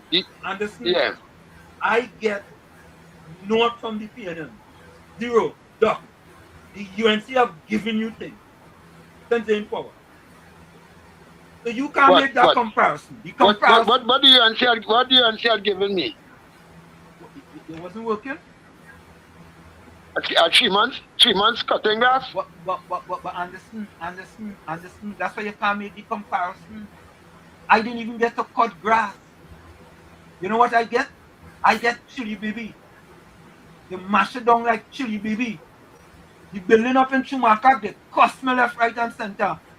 Fitzgerald come out and put an article about Walsh, you don't know what he talk about on his Facebook page. You don't know what he's talking about. He sent letter to AGC or all kind of thing.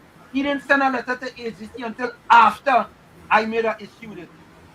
Anderson, at least you get some delayed gratification. I didn't get instant gratification or delayed gratification. You got some gratification. You get something. You didn't get nothing. When the UNC was campaigning, always an MP now and always a minister now. Where Phil was campaigning for? When Dr. Munilal was running a campaign, because basically he wanted to be nothing. He wanted to be a minister or something. When this man, Philip Alexander, stopped Cos Kamala and decided to roll with the UNC, because he wanted something. All of them, when some of them who just run late for election and say yellow is the code. Right? Some of them are on underwear. Panty to be specific. Panty to be specific, eh? And they make Facebook Live. Yeah, Anderson. Yeah. This is what I would say. I think you would have a very valid point if you didn't get anything. That shouldn't be. If you didn't get anything at all, you didn't get no. A 3 months work is nothing. A 3 months work when you work, people want to know if you're working, if you get monthly paid, you work 3 months and a little bit 3 months of salary. Huh? That is nothing. Wall Street compared for the kind of hard work. Like Anderson, well, simple talk. Now let me put that on the side. Let me put that on the side. It's only 1 year. 1 year. It's only 1 year. Yeah, 1 year. And a lady was on her panty on Facebook and pushing a one butter between her leg and saying, "This is Carmela." She walk past her. They move them now. Who they move from her? So they put them in HEC. It's only 1 year. It's only 1 year. Philip Alexander is a minister in the ministry house. Right. And the list can go on and on. I want to come back to the Syrian because nobody will come with me with what I'm saying here. I want to come back with the Syrian and being and the wife and whoever being arrested. I want to go to them and what you all started. Now, one, me go feel sorry for him. There are plenty little black boys who get detained for nothing. Anderson, you gotta go for the break. You gotta call. Okay, I'll call back. Yeah, I'll call back. Let me take that break. Are we supposed to play that video? You gotta play that video. So tell me. What?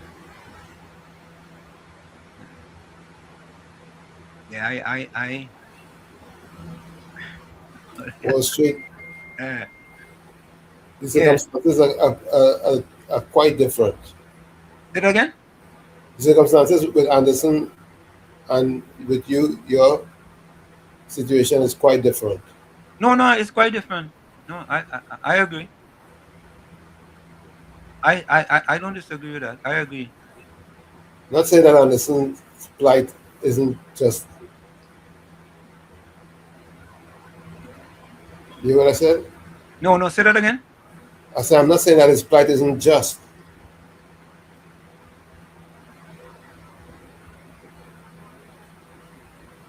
Yeah, I just feel that.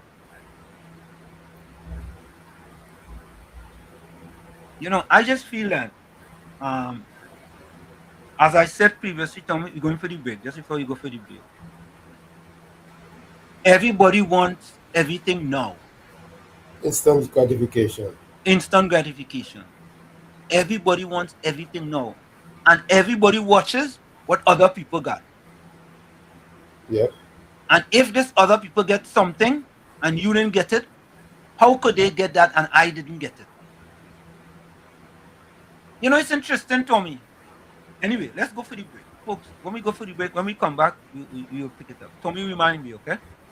I want to pick it up. Sir. Folks, it's In the Village with Uncle Tommy, Professor Washington, you on WZYE 95.9 FM. We come to you every Monday, Tuesday, and Thursday from 7 to 10 p.m. That's every Monday, Tuesday, and Thursday from 7 to 10 p.m.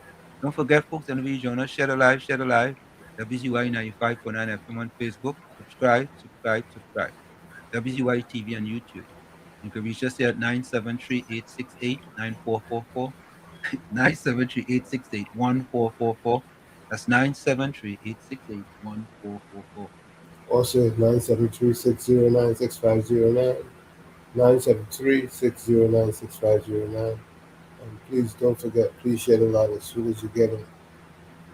We'll be right back. Stay tuned. You're listening to WZYE 95.9 FM. You are listening to WZYE 95.9 FM, the most influential name in Caribbean radio in the tri-state area. Broadcasting from East Orange, New Jersey, the most influential name in Caribbean radio. WZYE 95.9 FM. I just want all you to know one thing. When it comes to certain politicians, I don't care for them.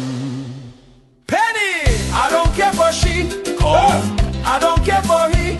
Dolly, I don't care for she. Stewarty, I don't care for he. For 9 long years they sit in the chairs. Country get bruised and nobody care. Crime run well, money gone astray. Now they in opposition, everybody have something to say. They talking solution morning, noon and night. But when they had power, nothing wasn't right. Economy sinking, people living in fear. Now all of a sudden everybody's an engineer. Penny talking like she have the plan. But where that plan was when Rowley was the man? Marvin, I don't care for he. Scotland, I don't care for he. Regis, I don't care for she. I don't care for them. Manning shouting from the back of the line, explaining today what he forget in 9. Marvin talking safety, crime and control. But when he was there, crime take a toll.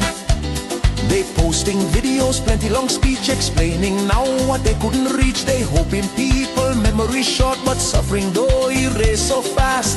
They had the chance, they had the rain, and leave the country in social pain. Marvin, I don't care for he. Kareem, I don't care for he. Hans, I don't care for he. the opposition, I don't care for them.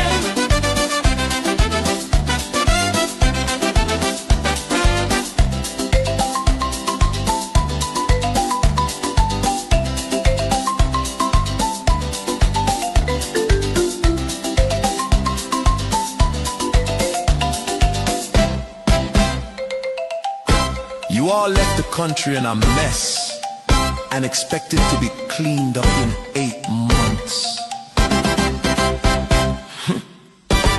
Delusional. I don't care for she. Calm. I don't care for he. Dolly. I don't care for she. Stuarty. I don't care for he. PNM. This is the end. I don't care for them.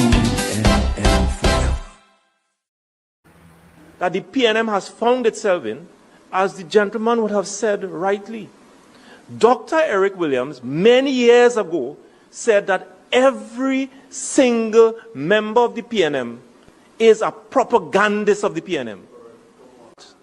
And one of the first things I will do as your new chairman is to ensure that the propagandists of the PNM must be deployed on every nook and every cranny of this country, and we will chase them away on social media, and that the gospel of the PNM must be known to every single citizen of this country. Remember to take the gospel of the PNM and to spread it in your homes, your villages, in your offices, and throughout the length and breadth of Trinidad and Tobago. This PNM tell a dead thing can't work because I will dead. We are back with you. It's In the Village with Uncle Tommy, Professor Washington U on WZYE 95.9 FM. We come to you every Monday, Tuesday, and Thursday from 7 to 10 p.m. That's every Monday, Tuesday, and Thursday from 7 to 10 p.m. Don't forget, folks, and rejoin us. Share the live, WZYE 95.9 FM on Facebook. Subscribe, WZYE TV on YouTube. And you can reach us here at 973-868-1444. That's 973-868-1444. Also at 973-609-6509, 973-609-6509. And please don't forget, please share the live as soon as you get it. We thank you. Okay. Let's listen to this video, Tommy. Yeah.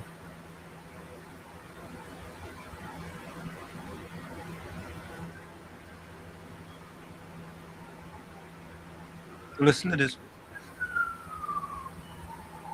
So this morning, I watched a video that Gary Griffith did talking about all the reasons why preventative detention orders are wrong, and the Minister of Homeland Defense was wrong, and that the state of emergency is wrong, and that even though he's a patriot, that it could be abused, and he is suggesting that maybe it is being abused to detain Dominic Hadid and his wife and a relative.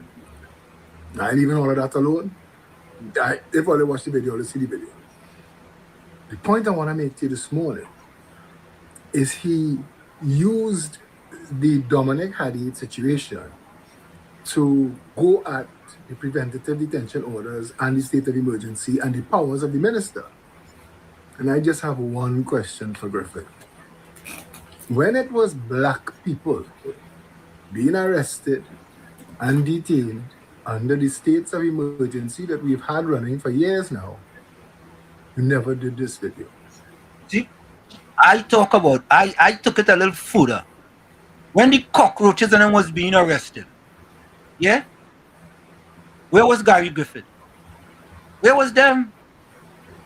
And I could ask Gary about the same thing too. Gary, where were you when the cockroaches were being arrested? You see, Tommy? And that is the sad part, Tommy. That is the sad part. Is that it's only until it hits home. You know, Tommy, I remember doing an opinion piece in The Guardian years ago, boy. Years ago. And I think they were marching around the savannah. And I wrote to the effect that, how come the people in Westmoreland wasn't walking with the people around the savannah? Because, Tommy, eventually, the problems that the people walking around the savannah was dealing with, eventually, them people in Westmoreland will have to deal with. You understand? And look now, all of a sudden, 1% get detained. And all Well, man, there's a fear that more chickens will come home to roost. And Tommy, if you have no cocoa in the sun, you have nothing to worry about. If you don't have no cocoa in the sun, you don't have nothing to worry. Because you know definitely the PNM wasn't going after them.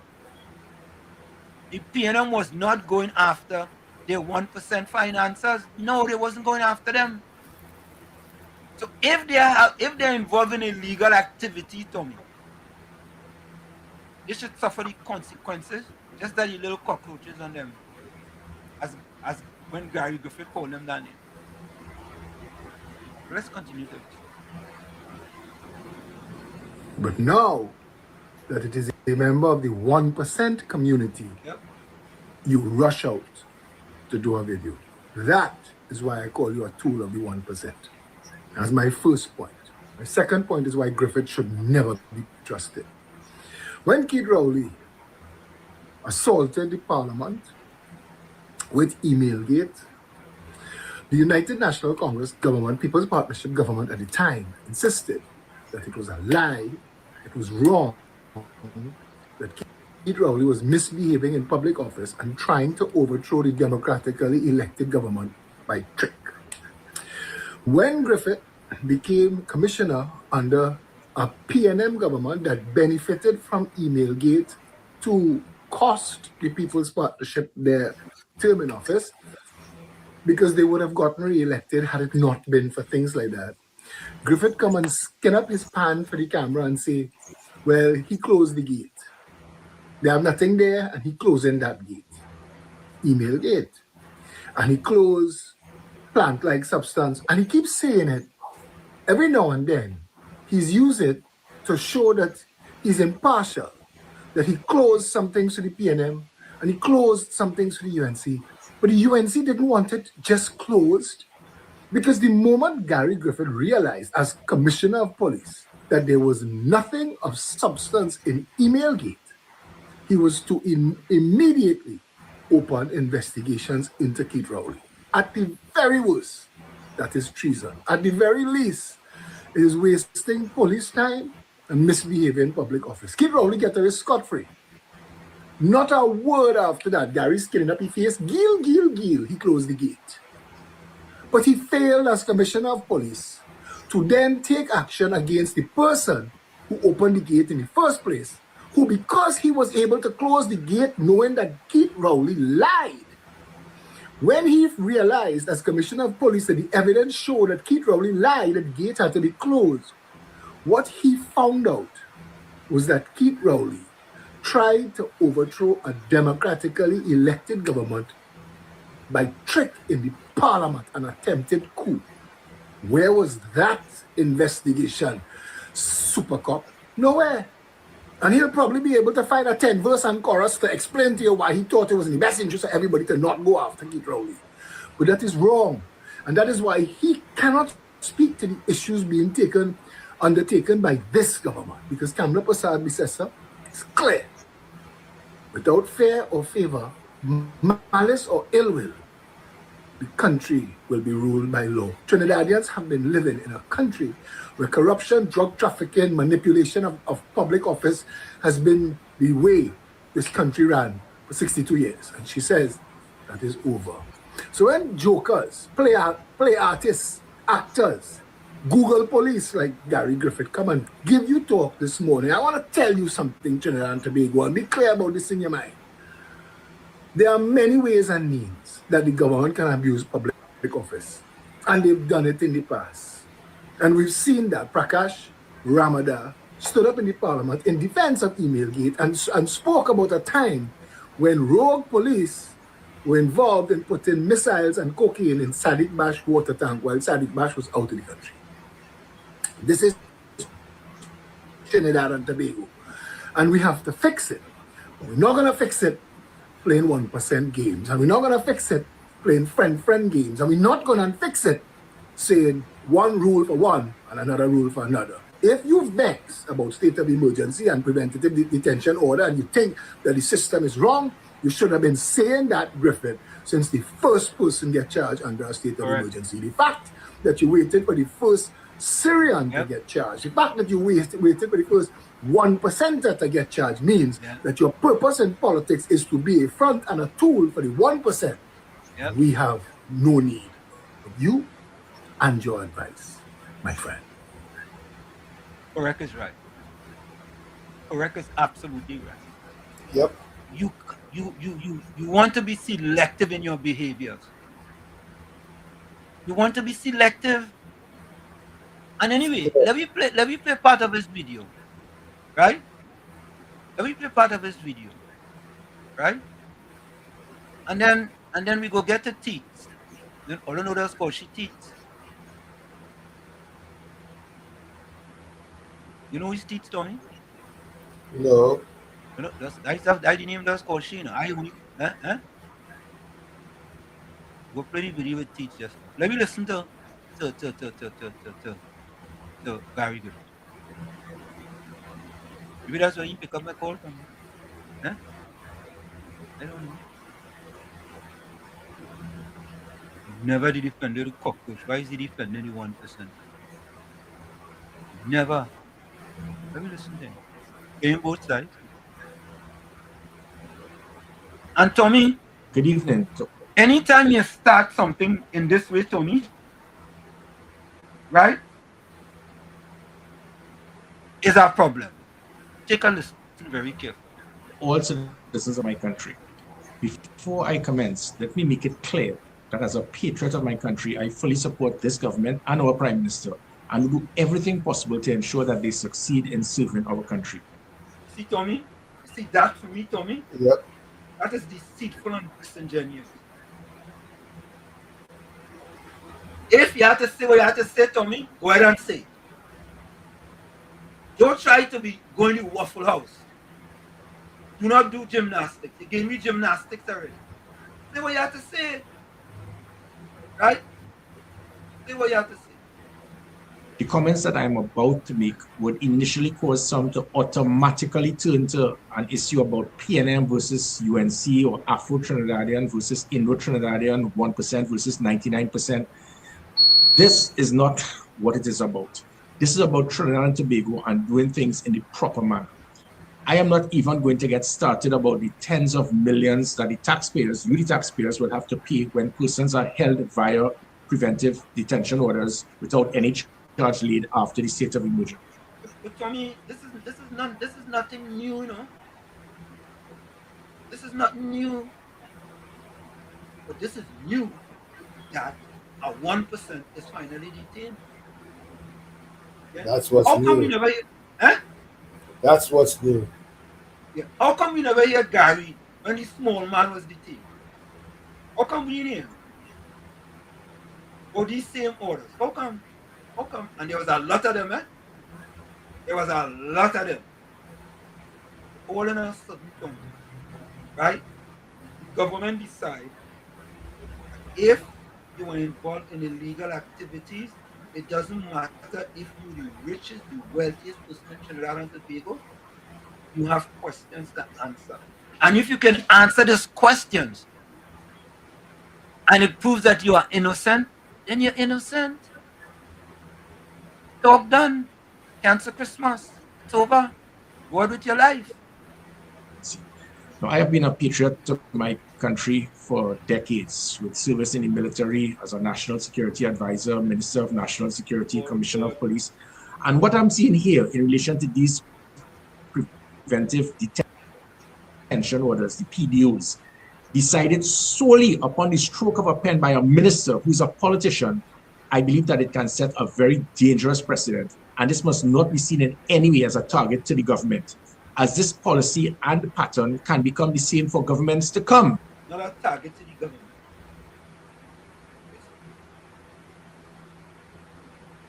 After the UNC. So before the UNC supporters get offended by my concern, understand that tomorrow it could be you being incarcerated for months without evidence and without a charge being laid by a PNM government minister. Tommy, has not happened before? Of course. Am I missing something? Yes, we all are. Is that what you want? Minister Alexander, he rightfully attempted to assure the public that he cannot authorize a preventive detention order without a process, without a chain of recommendations and reports from the police commissioner, as well as acquiring information from his attorneys to sift through the documents before it is given to him for advice, etc. That is not true. There is nothing that mandates this. And sadly, our media, they lap up his comments, and no one asks him to show where in our laws does it mandate any input from anyone before the minister removes the freedom of any citizen via a preventive detention order. Now, note the difference whereby the police, led by a commissioner, which is an arm of law enforcement and is non-political, but when they arrest and charge a citizen based not on intelligence but on evidence, you will be given the opportunity to have a trial in court and be given bail. Now, in total contrast, under state of emergency, what we are experiencing now is that through that state of emergency with a preventive detention order, it allows a politician to have you arrested based on his personal view as what he deems as intelligence, with no evidence, no trial, no court hearing, and no bail.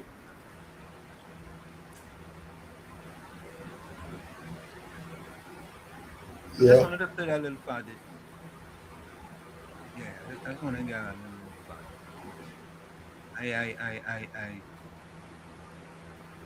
I don't understand. That's exactly what I say, Monica.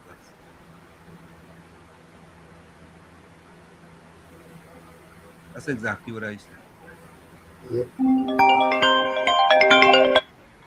Mr. Florida, welcome. Again, I thank you, Mr. Tommy, and everyone. Isn't there a law against an ex-commissioner of police to be speaking so much all the time? Is the only past police of commissioner speaking so much? I never hear the rest of them never talk so much like this man. Every minute this man on the news or on some talk show something. Oh my God, boy, I had enough. Let me tell you something, Mr. Gary. I lose confidence in you when you see a catch a certain individual with a large quantity of drugs and that person disappear. Nowhere to be seen. You understand? You lose integrity and you lose everything. You can't come with nothing or do nothing to say nothing to me again, because we saw the evidence, we heard everything, and that person disappeared. So you could say all what you want to say, that's hanging over your head and it will never go away. And you see the funny thing, Mr. Anstem, you see the funny thing, there's only people who have money defending the 1%, you know. Yep. There's only money people, you know.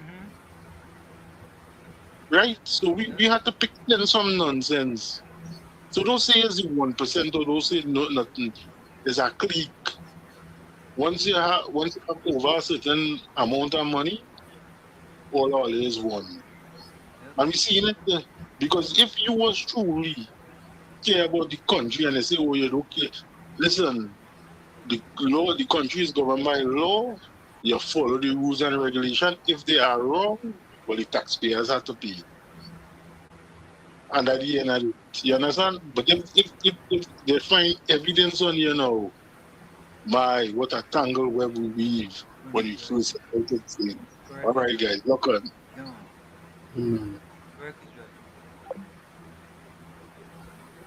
Vietnam, Netherlands lost 3-0. Where's this go? Netherlands. I know. Let me take a look. Yeah, take a look there for me. Where's the score with Netherlands and Morocco? So, folks, we had Gary Griffith, then we had Teats. Listen to this PNM propaganda. You know, I don't understand, boy. I don't understand how they could get away with this kind of rhetoric, you know. I don't understand it. I really don't. Seriously, folks, I don't understand it. I ain't gonna follow all this, but I don't understand. But they help me here. Help me here.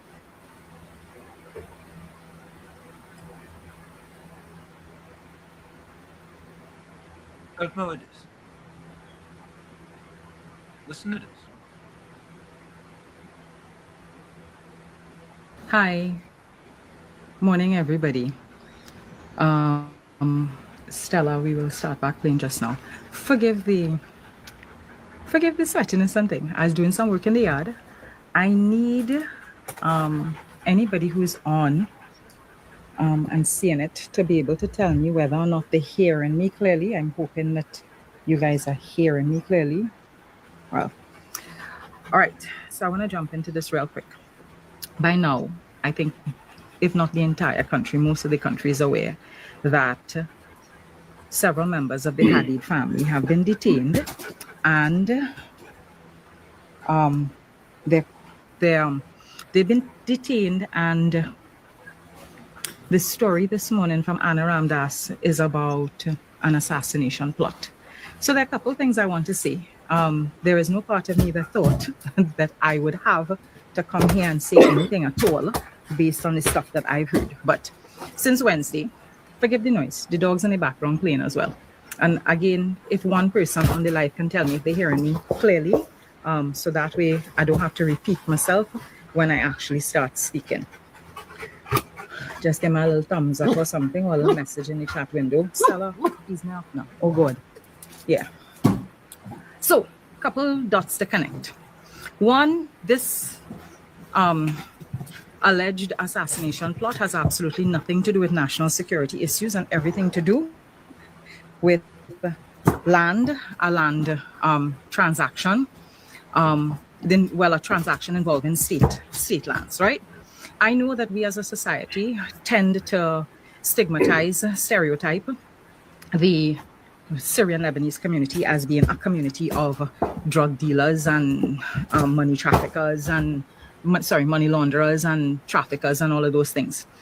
But we also need to bear in mind that most members of the Syrian Lebanese community are business people, and they are business people that do a lot of business that benefits the state, right? That redounds to the benefit of the state and redounds to the benefit of the national economy. So years and years and years ago, we would have had sugar estates here. One of the sugar estates would have been the Golden Grove Estate. And the Golden Grove Estate runs along the highway in Trin City. Most of you know the estate. And most of you would know that the lands there would have been lands that I think at a point in time, Clico owned and had assets for. And it was part of the Clico assets. So the side that has the entire Trin City development, that was under HCL, because HCL did the development there. And then the other side also belonged to Clico. And eventually a French company by the name of Pernod Ricard bought or acquired, I should say, the lands there under a lease, because it's still state lands, right? Acquired the lands there, and they had a big aniseed farm, right? And so they had a lot of these aniseed trees growing there, and the aniseed was being used to infuse their wines, etc., etc., etc., because that's what Pernod Ricard does, right? Wines. Then that their ownership or acquisition of the land changed hands, and it went from the Pernod Ricard Company to Blue Waters. Now, the lands would have started off as agricultural lands, and eventually the Blue Waters Company would have begun to change the status of the land from agricultural to industrial, because of course there's a whole manufacturing company right there, and that company of course hires tons and tons of employees. So Blue Waters has the lands. They have a lease to the lands. I have no idea what's the length of the lease. Those are things that I'd have to research and eventually find out, but they have the lease for the lands. And the problem is, over the years, they've been gradually, so I don't want to say that this is the problem. Over the years, they've been gradually changing the classification of the lands. And in changing the classification of the lands, they've been going through the process with WASA and whoever else, because of course they have to run water, they have to run electricity to be able to turn the agricultural spaces into industrial spaces. So the state has to give permission for all of these things. And those permissions have happened in cycles and in periods over the years for bits and pieces of the land.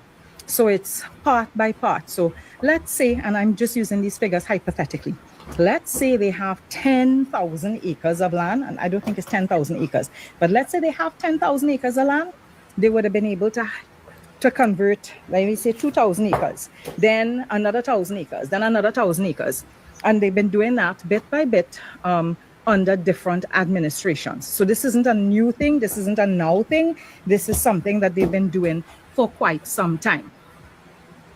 And lo and behold, under this current administration, there's been a rescinding of the lease. I'm told that the sitting government wants to rescind the lease that they have. They also want to reconvert some of the reclassified land. So land that went from being agricultural to being industrial, they want to change back the classification of the land, and they want to take away the lease from Blue Waters.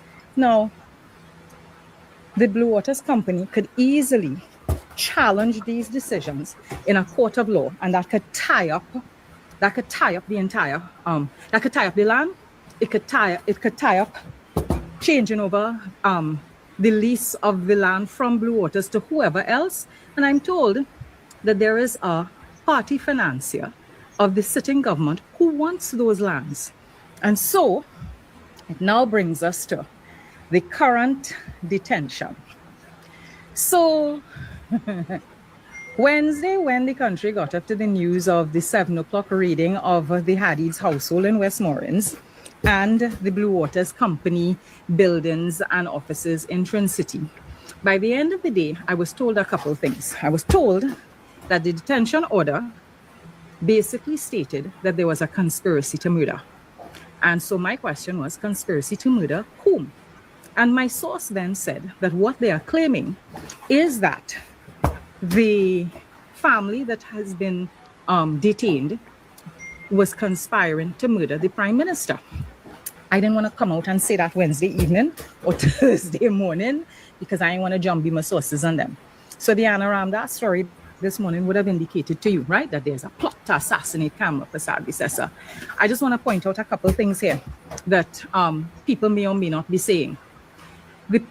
The chief person that they're using as a witness to this plot to conspire, to murder, or to assassinate is someone who is actually mentally disabled or mentally unwell, right? And the TTP is not coming out and letting you know that.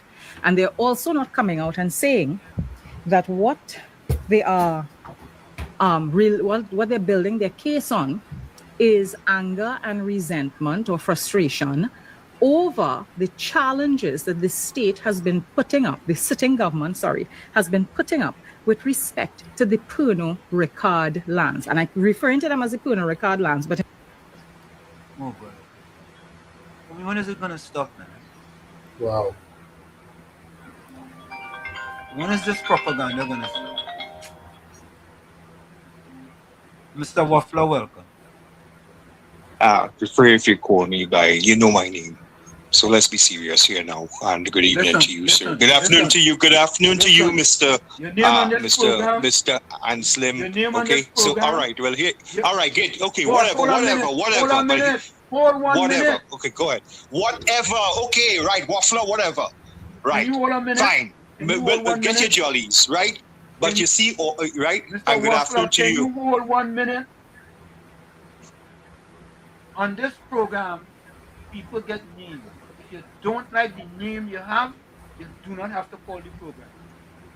All right, that's fine. Right. Okay. Well, I'm not only a logical guy like Spock, right? And don't get any emotions and stuff. But you see, this situation here, really, really bad right now. Okay. The fact is, what situation? You were just speaking to Gary Aboud, and for Gary to say something, and good afternoon, Uncle Tommy.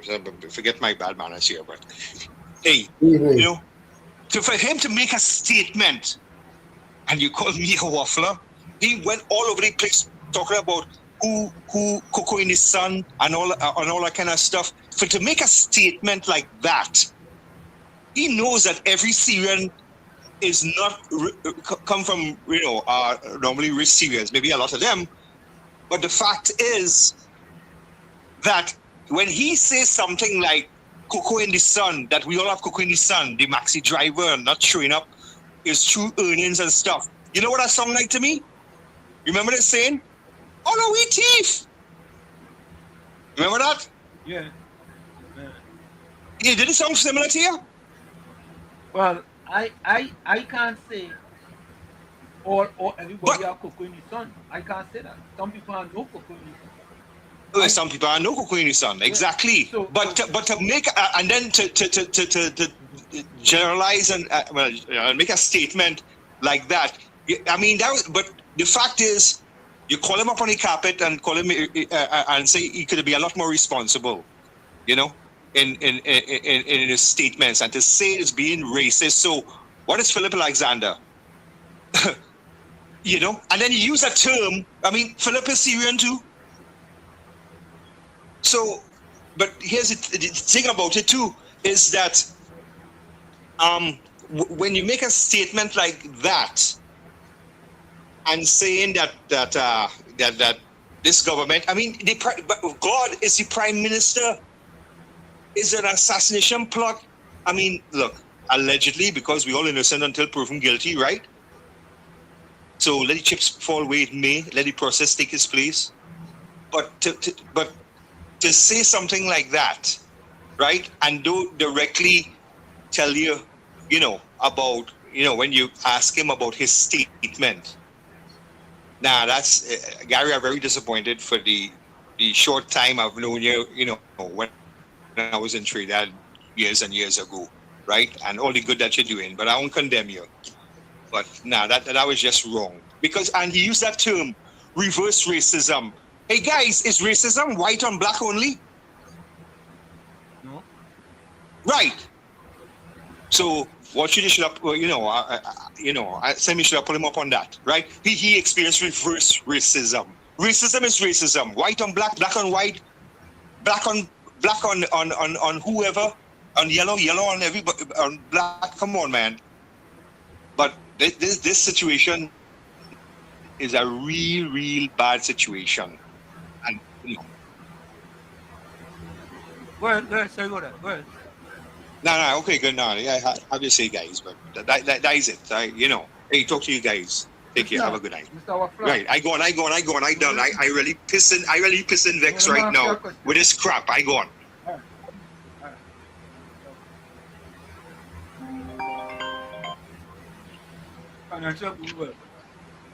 Yeah, good night, Professor Wall Street. Sorry. Professor Wall Street.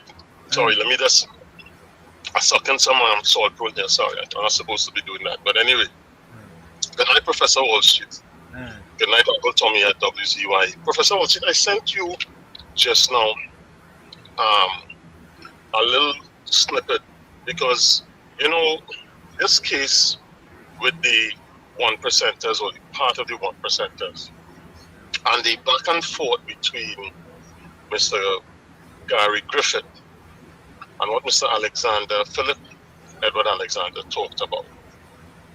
The fact is, what would, in terms of a police state, this is what Mr. Griffith, who was the former COP security advisor, Minister of National Security, what would you do? And I just listened to this Rhoda Barrett snippet about what was this whole conspiracy about. A PDO, a personal detention order, under the SEU, state of emergency rules, you do have protections. Now, I hear what a lot of the people in the Syrian Lebanese community may be saying, and Mr. Griffin, but like anything else, if the government, where Roger Alexander as the Minister of Homeland Security, puts an order, there are protection for the Hadids and the Samgas, 100%. And I would just humbly say, rather than what Rhoda Barrett saying is a piece of land and a seed and all of these things, we could go back and forth. But if I am a Minister of National Security and I have actionable intelligence that does not come supposedly from a UNC backer, I'm just saying, I don't know. And I would think the police would have had to have information from the intelligence resources that are available in Trinidad and Tobago to make an assessment and to tell the Minister of Homeland Security and possibly the Attorney General who would have had to advise that PDO is required because you want to prevent possible, the word is possible, you want to head off of the Gulf an assassination attempt. So there are safeguards, and I think people have to just dress back a little bit and listen to what the safeguards are. You have under the SEU, which I pointed out, detainees must receive written reasons for their arrest within 24 hours. Faris Al-Wari, who is representing the Hadids, is aware of that. The government must publish within the Gazette within 7 days. They have a right to legal counsel, which they have. They also have an independent review tribunal set up by the Chief Justice. And then they have immediate judicial access, which they are exercising right now, because they have citizens can immediately file for a writ of habeas corpus in the High Court. And this is what is going on. So we cannot have, whether it's Gary Abu, Philip Edward Alexander, Financial Guru, Wall Street, Uncle Tommy, John Harry, John Paul, even the Mrs. Prasad Bissessa and her family, anybody, we must be treated equal before the law. And I would humbly leave and state, including and tell Mr. Gary Aboud and Mr. Gary Griffith, let the process play out, because it hasn't happened before to people of all hues. And that's all I would say. Huh? Let the process play out. They have legal counsel in Faris Al-Wari and others. And just like I was there in 2011 when the curfew was in place, Professor Wall Street, I was down there in Trinidad. And by the time I get caught out, I was staying in St. Anne's. And I had to be hustling because I was in Chagonas. And if you see scrambles for taxi by the Chagonas taxi stand, I had to hire people scrambling because people don't want to, because the curfew, and I could have get locked up. So just because people are being treated, I didn't hear that hue and a cry for Brent Thomas. There was a hue and a cry for Brent Thomas. There was a hue and a cry for Brent until Justice Rahim came out. And up to now, we still have that issue that nobody can answer. Nobody can answer with that. So again, I will just leave with this. We all, whether we like it or not, live in this country. There is machinations of drugs, corruption, all of that. We don't know. We know it has been happening. We know we've had alleged. I could tell you stories, but I wouldn't go in there. I would not go there, sir. For Professor Walsh, and I'm going to talk about it. But I would say this. The court, and I'll leave you with this here. The High Court judges under the habeas corpus, High Court judges retain full authority to strike down unlawful or vindictive detentions. Precedents are Weeks versus AG versus Kelshaw dictate that failure to follow strict statutory rules or acting out of malice invalidates the detention and leaves the state liable for millions in damages. And I think as a senior counsel, Mrs. Prasad Bissessa with John Jeremy and the whole bunch of other lawyers they have, I think they have to be very cognizant that if they, according to what Rhoda Barrett is saying, and what Mr. Gary Griffith is saying, and what Gary Abode is saying, I think they have a little more common sense in that. So Professor Wall Street, Uncle Tommy, everybody, one on WZYE and Trinidad and Tobago, let the process play out. Can't be for one and one for all. It is all of us. Equal justice above for no one, but for everyone should be a playing field. That's what we have, that skills, the balancing of justice. And that has not been going on in Trinidad and Tobago for a very long time. And unfortunately, the Hadids and the Sabkas have to deal with that. I will make my departure right now. Have a good night, Uncle Tommy and Uncle Professor Washington, and everyone. Good night. Thank you, Mr. Financial Guru.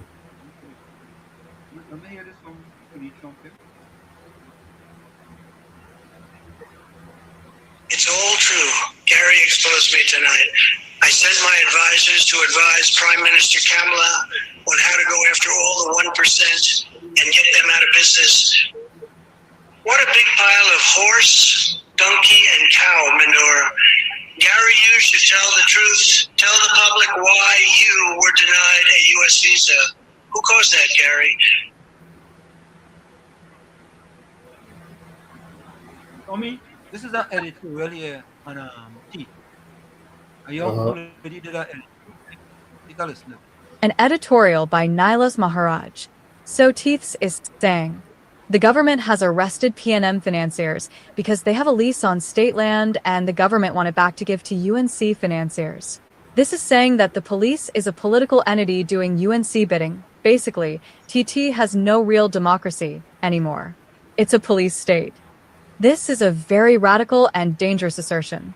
She is telling TT that Trinidad is now like Stalin's Russia. That's so extreme that it is seditious. It is also a stupid statement only dependent on ignorant, half-crazed listeners to give it credibility. There are many legal ways to change a lease.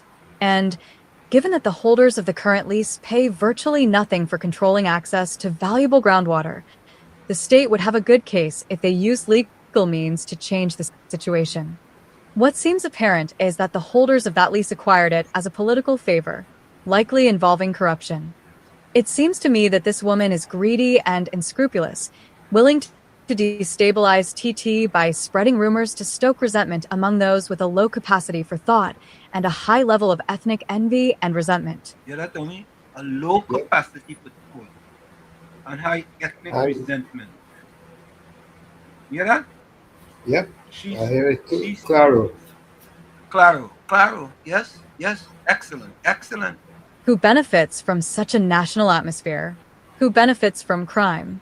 Who makes money from security services, prisoner transportation, etc., and thereby has access to arms?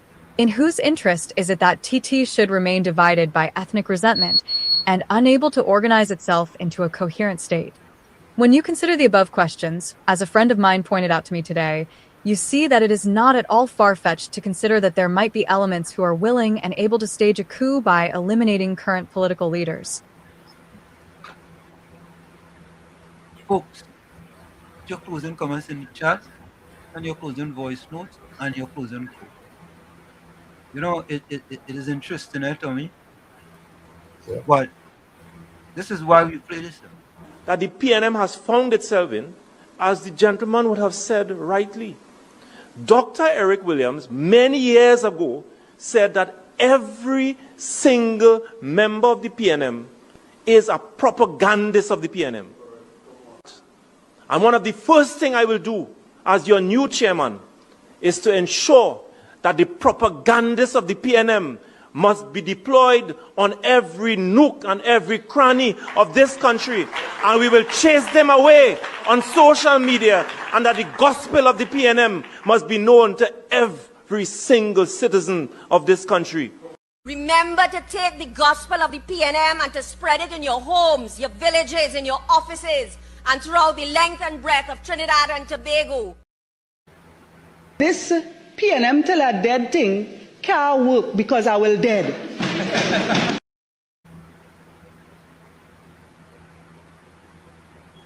Boy, Yeah.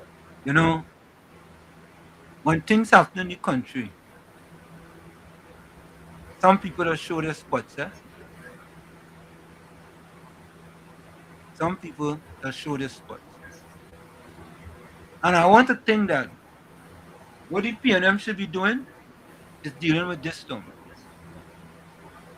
This is what the PNM should be doing. Political analyst. Trying to fix their house.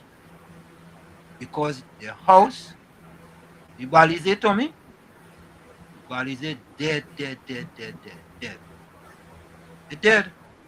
Really and truly. Take a listen to this. Political analysts say PNM must heal rifts within party by Jesse Ramdio.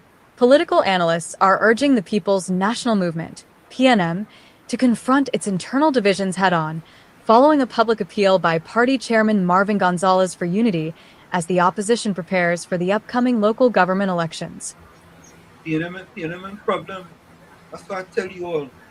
That's why he said. He said it. We have stated here. Right? And for me, who was just this? Laid to rest, laid to rest, laid to rest, laid to rest. It's alleged, it's alleged, it's alleged, it's alleged. Hey, tell them Kamala say PNM dead. Petrochen workers say the party dead. Bubba billions missing from the treasury. Corruption with taxpayers' money. The end is here. Security. PNM dead. Hey, tell them Munilal say PNM dead. Even the 1% say the party dead. They support us mourning and crying. Funeral arrangements they making. The DMO leaving. PNM dead. Condolence.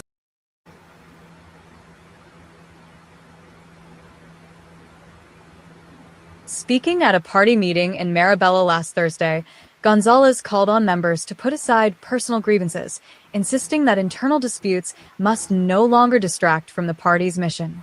It is our responsibility as PNM members to put aside our petty differences, Gonzalez told supporters.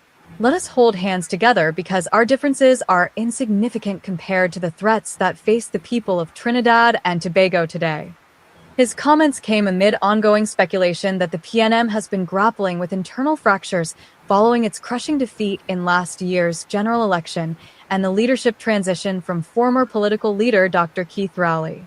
Speaking with Guardian Media over the weekend, political analyst Dr. Shane Mohammed said Gonzalez's message reflects what the party has needed to address for some time. I've been saying from the onset, even pre-general election, that the PNM had to take into consideration where they stood as a party collectively, Mohammed said. I am one of those who still believe that one of the contributing factors of the general election result was the fragmentation of the PNM. He described Gonzalez's remarks as both timely and necessary. I believe that at this stage, what Mr. Gonzalez has said is relevant. It is something that is important for an opposition party to be honest with themselves with. Mohammed argued that party members should stop avoiding difficult conversations. They need to understand, stop speaking in codes, and stop throwing words. If there is a split, there is a split. If there is disagreement, then there is disagreement. According to Mohammed, meaningful rebuilding requires far more than public declarations of unity. The bottom line, though, is if the party needs to find its footing to gain competitive advantage, because that is what we are in. We are in an environment that requires competitive advantage, introspection, conflict resolution, discussion, and dialogue, he said. All of those things are going to be important in order for the party to be sustainable and successful going forward. He suggested the party embark on structured efforts to heal internal divisions. He added that the party has struggled to build on moments of political momentum. They are hitting highs and lows, and they are not sustaining the highs. And all of that is saying to me that the party remains fragmented, that they are not supporting each other when there needs to be a follow-through. Meanwhile, political analyst Dr. Winford James questioned whether the opposition is adequately prepared for the local government campaign, suggesting the party appears to be struggling to redefine itself outside of government. And they have not really begun, at least apart from saying they're on the ground, but they have not begun to politic, to go on the hustings, and to say things that might attract people to vote for them, James said. People look at what is going on and know that we have 4 more years to go with the PNM not in power. So, what is it they are offering? What is it that they can offer? James said while the party could still surprise observers, its internal problems remain evident. I think they're in a desperate place. And the real reason that they're out of power is because they don't know what to do when they are not in power. Guardian Media also contacted former Prime Minister Rowley to determine whether he had any advice for the party at this time following Gonzalez's plea. However, Rowley said, "I do not give advice in public." Laid to rest, laid to rest. If you've got high cholesterol, statins are necessary. Laid to rest. Political analysts say PNM must heal rents for the party.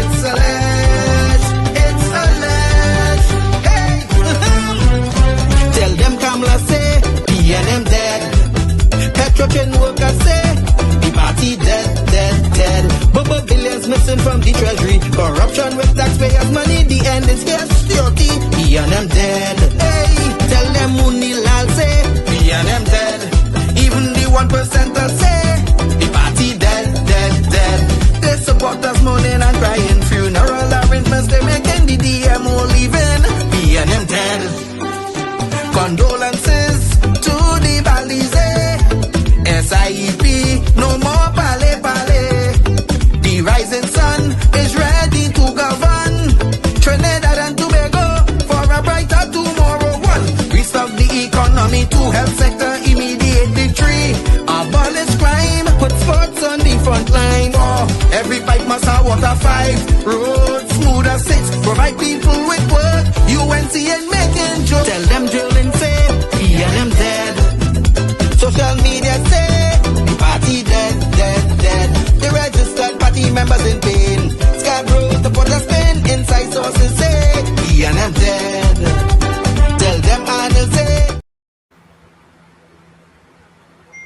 And of course, it's in the village with Uncle Tommy, Professor Walsh, and you on WZYE 95.9 FM. Tommy, we would hope, right, that this situation here with finally, Tommy, finally, we have been saying for years upon years upon years that the law of justice is not equal in Trinidad and Tobago. And you can see now, for the first time, a 1% is being detained. People jumping after themselves. Let the law take its course. And let the chips fall where they may. If they are innocent, they have enough financial means to hire the best of the best in Trinidad and Tobago. That is the least of their worries, Tommy. You see how people jumping out of themselves and defending, and I was saddened by that. I was kind of sad that my friend Gary Agood is my friend, took this stance, right? It's only so much racism we can take. And if the Jews could leave Germany, the Syrian Lebanese can leave Trinidad. The UNC must stop spreading hate and division in the nation. And if they continue, I am going to myself go on a platform to encourage every person who invests in this country to pull up their roots and find somewhere else fertile ground where people are loving and caring. I represent the sea people.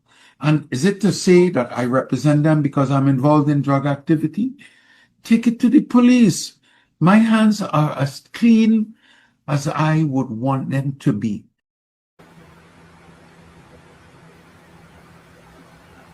I think Gary made a big mistake. I think he made a big mistake.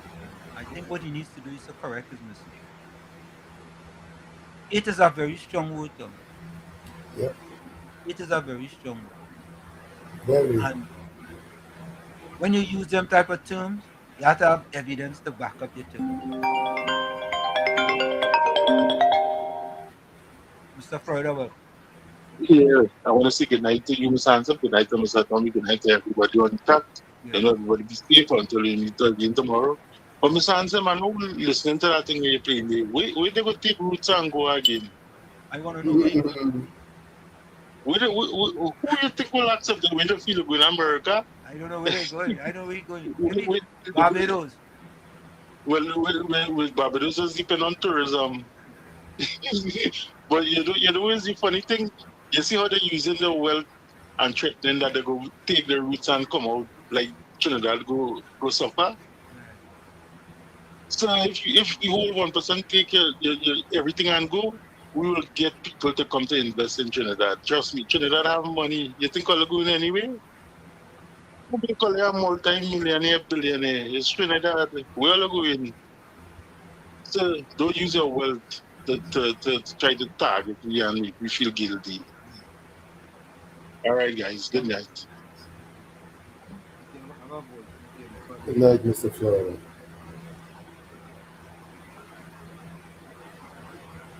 Well, look at what the cat dragged in from the rain today. If shame had a name, it would be called 2.0 Waffler.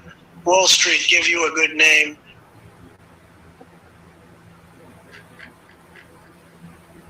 Oh, good. 2.0 Waffler. Yeah. Tommy. Yes. I just first time a man get a name. No, I think I just second time. Let me take this to off. Marabella, you have a minute. Marabella, you have a minute. Go ahead. I have a message for Gary who want to take up his roots and go. Yeah. Right? Yeah. Tell him to do like when Chavez tell all the Americans to leave Venezuela. You're leaving everything right here. Hop on a plane and go where you have to go. You understand? Yeah. Or he and everybody who want to go, let it do that. Let go. Yeah, if you want to go. Sure they are going to America because you know what? All we have in America laws going and seize and freeze every freaking thing. Yep. Later was. Thank you, Mr. Yeah, Tommy. Really, no, Tommy. You go pick up and go away. Where you going? Hey, Tommy. Space. Where you going? And space up. Yeah, we're going to take that break. We'll be right back to wrap up. Stick and stay. It's In the Village with Uncle Tommy, Professor Walshit, and you on WZYE 95.9. We'll be right back. Don't go nowhere. You're listening to WZYE 95.9 FM. You are listening to WZYE 95.9 FM, the most influential name in Caribbean radio in the tri-state area. Broadcasting from East Orange, New Jersey, the most influential name in Caribbean radio, WZYE 95.9 FM. Back with you. It's In the Village with Uncle Tommy, Professor Walshit, and you on WZYE 95.9. Tommy, if they pick up the Georgie bundle and go, they got to buy the government. Where are they going? Well, hopefully they'll have enough in the bundle. But they buy the PNM? They bought the PNM? So maybe they think if they go to some other little island, they could buy their government. After buying the PNM, you think they have anything left? Yeah. They still have plenty left. All right. Well, I mean, I don't think they could come to the U.S. because they can't buy the government in the U.S. You got to go to a small island like St. Lucia, Grenada, one of them places. You know what I mean? And set up and buy them, you know? Because that's what it is, but about the PNM politicians, and them. You know what I mean? What you should say, PNM for sale, for sale, for sale. PNM for sale, for sale, for sale. Anyway, folks, here's my closing comment. My closing comment.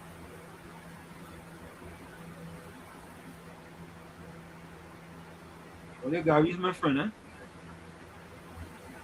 So, what should we do? June 29. Good morning, God. Today is Monday, June 29. Father, as I begin this new week, I come before you with a grateful heart. Thank you for the gift of life, for the opportunity to start again, and for your presence that never leaves me. Lord, go before me in every step I take. Guide my decisions, strengthen my faith, and protect my mind from anything that tries to steal my peace.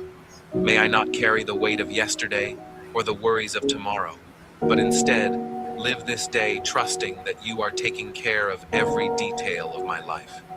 Bless my work, my family, and all those I love. Open the doors that need to be opened. Close the doors that are not from you, and give me wisdom to recognize your direction.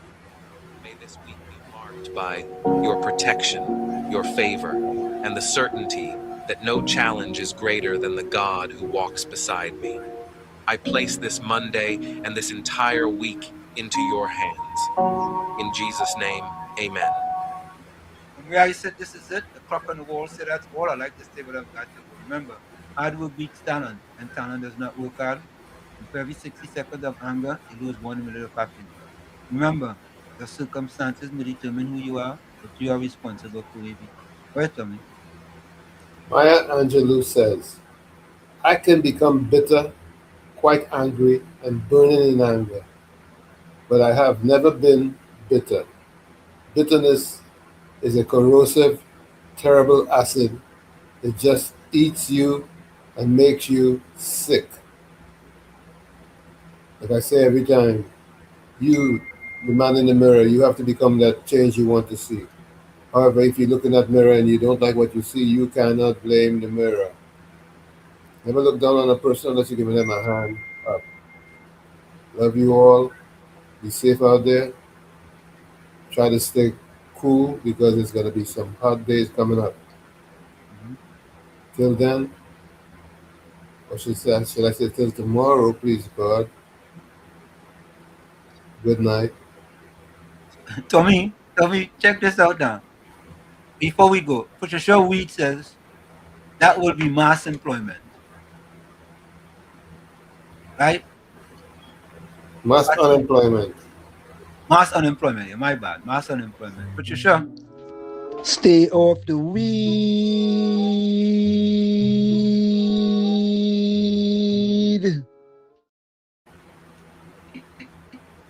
At least you'll be there. Tommy. So they go pick up the company and go away.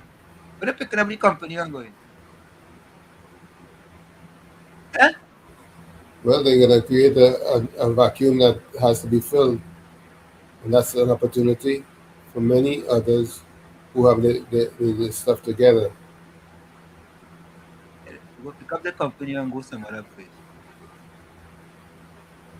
Yeah, they go pick it up. They pick up their franchises like Yeah. Mario, like KFC and other things. Yeah, they go pick up the KFC.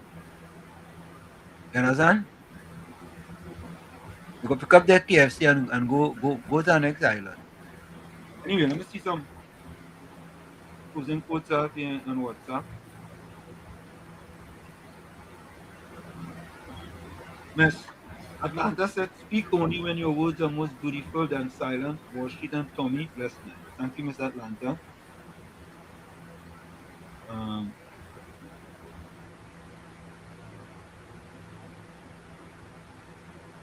Mr. Florida, tell them Jindal will invest in Trinidad. Let them go. Hey, Mr. Ansem, let them pack up the roots and go. Tell them we go get Jindal to invest in Trinidad. You will get Jindal. Don't worry yourself. Jindal go more than come.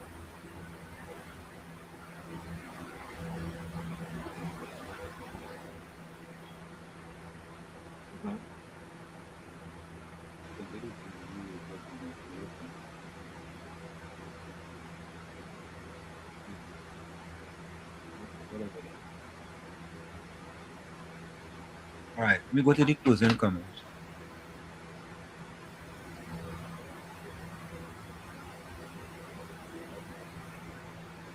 Okay, closing comments.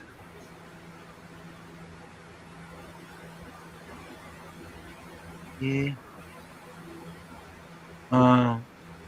Gordon Gangachana Jaijin Joseph said, my Chumakanian friend, please God, stay off the track. What are you talking about?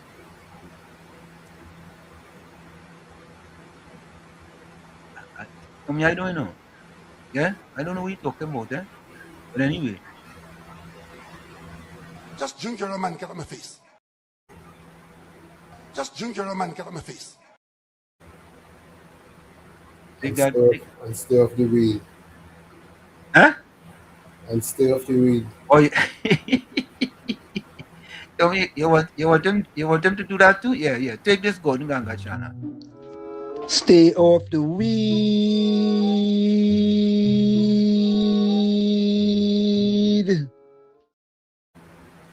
Gangachana, stay off the weed, eh? Whatever you do, stay off the weed. As say we'll get Moody to invest and Irfan Ali.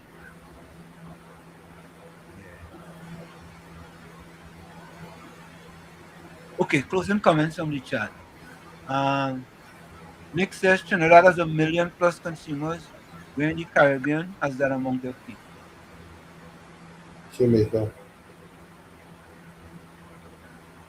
Wall Street, Esmo says Wall Street, you know why the so-called 1% don't migrate and stay in the US or anywhere else in the world?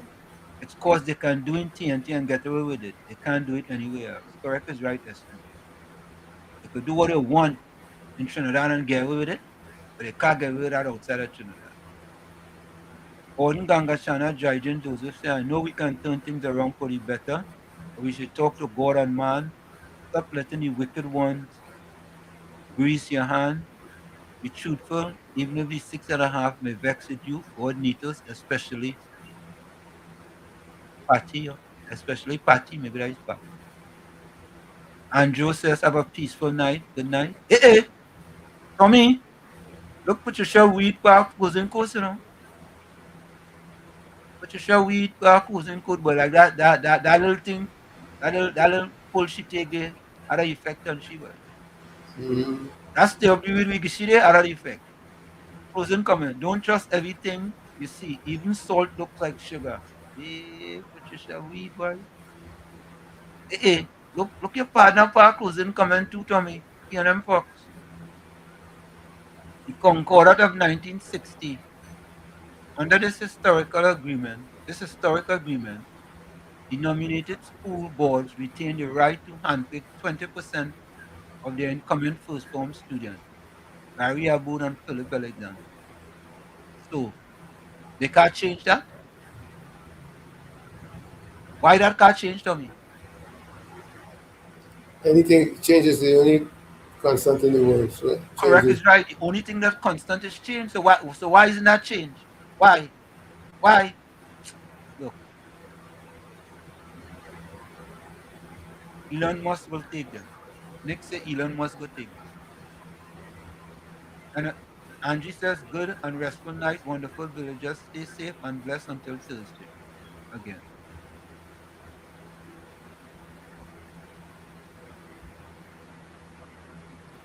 Angie, we coming tomorrow, please God.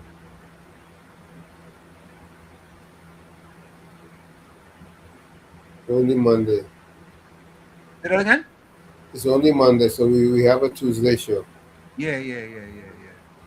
The show we say I do smoke, eh? Alright.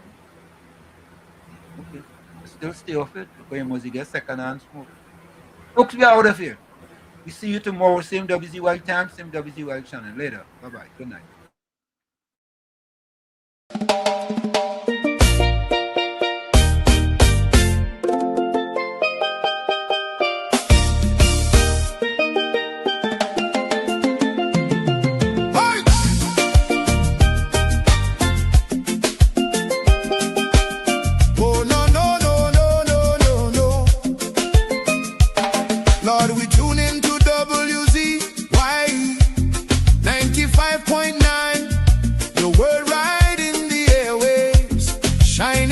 bright and fine. From Margate to the islands, the signal never fails. We lift our hands and praise you for the joy that it brings today. Bless Mr. Wall Street, Uncle Tommy, all the viewers too. Every viewer, every caller, every chatter in the crew. Pour your favor on the station. Let the Holy Ghost flow free. WZYE 95.9.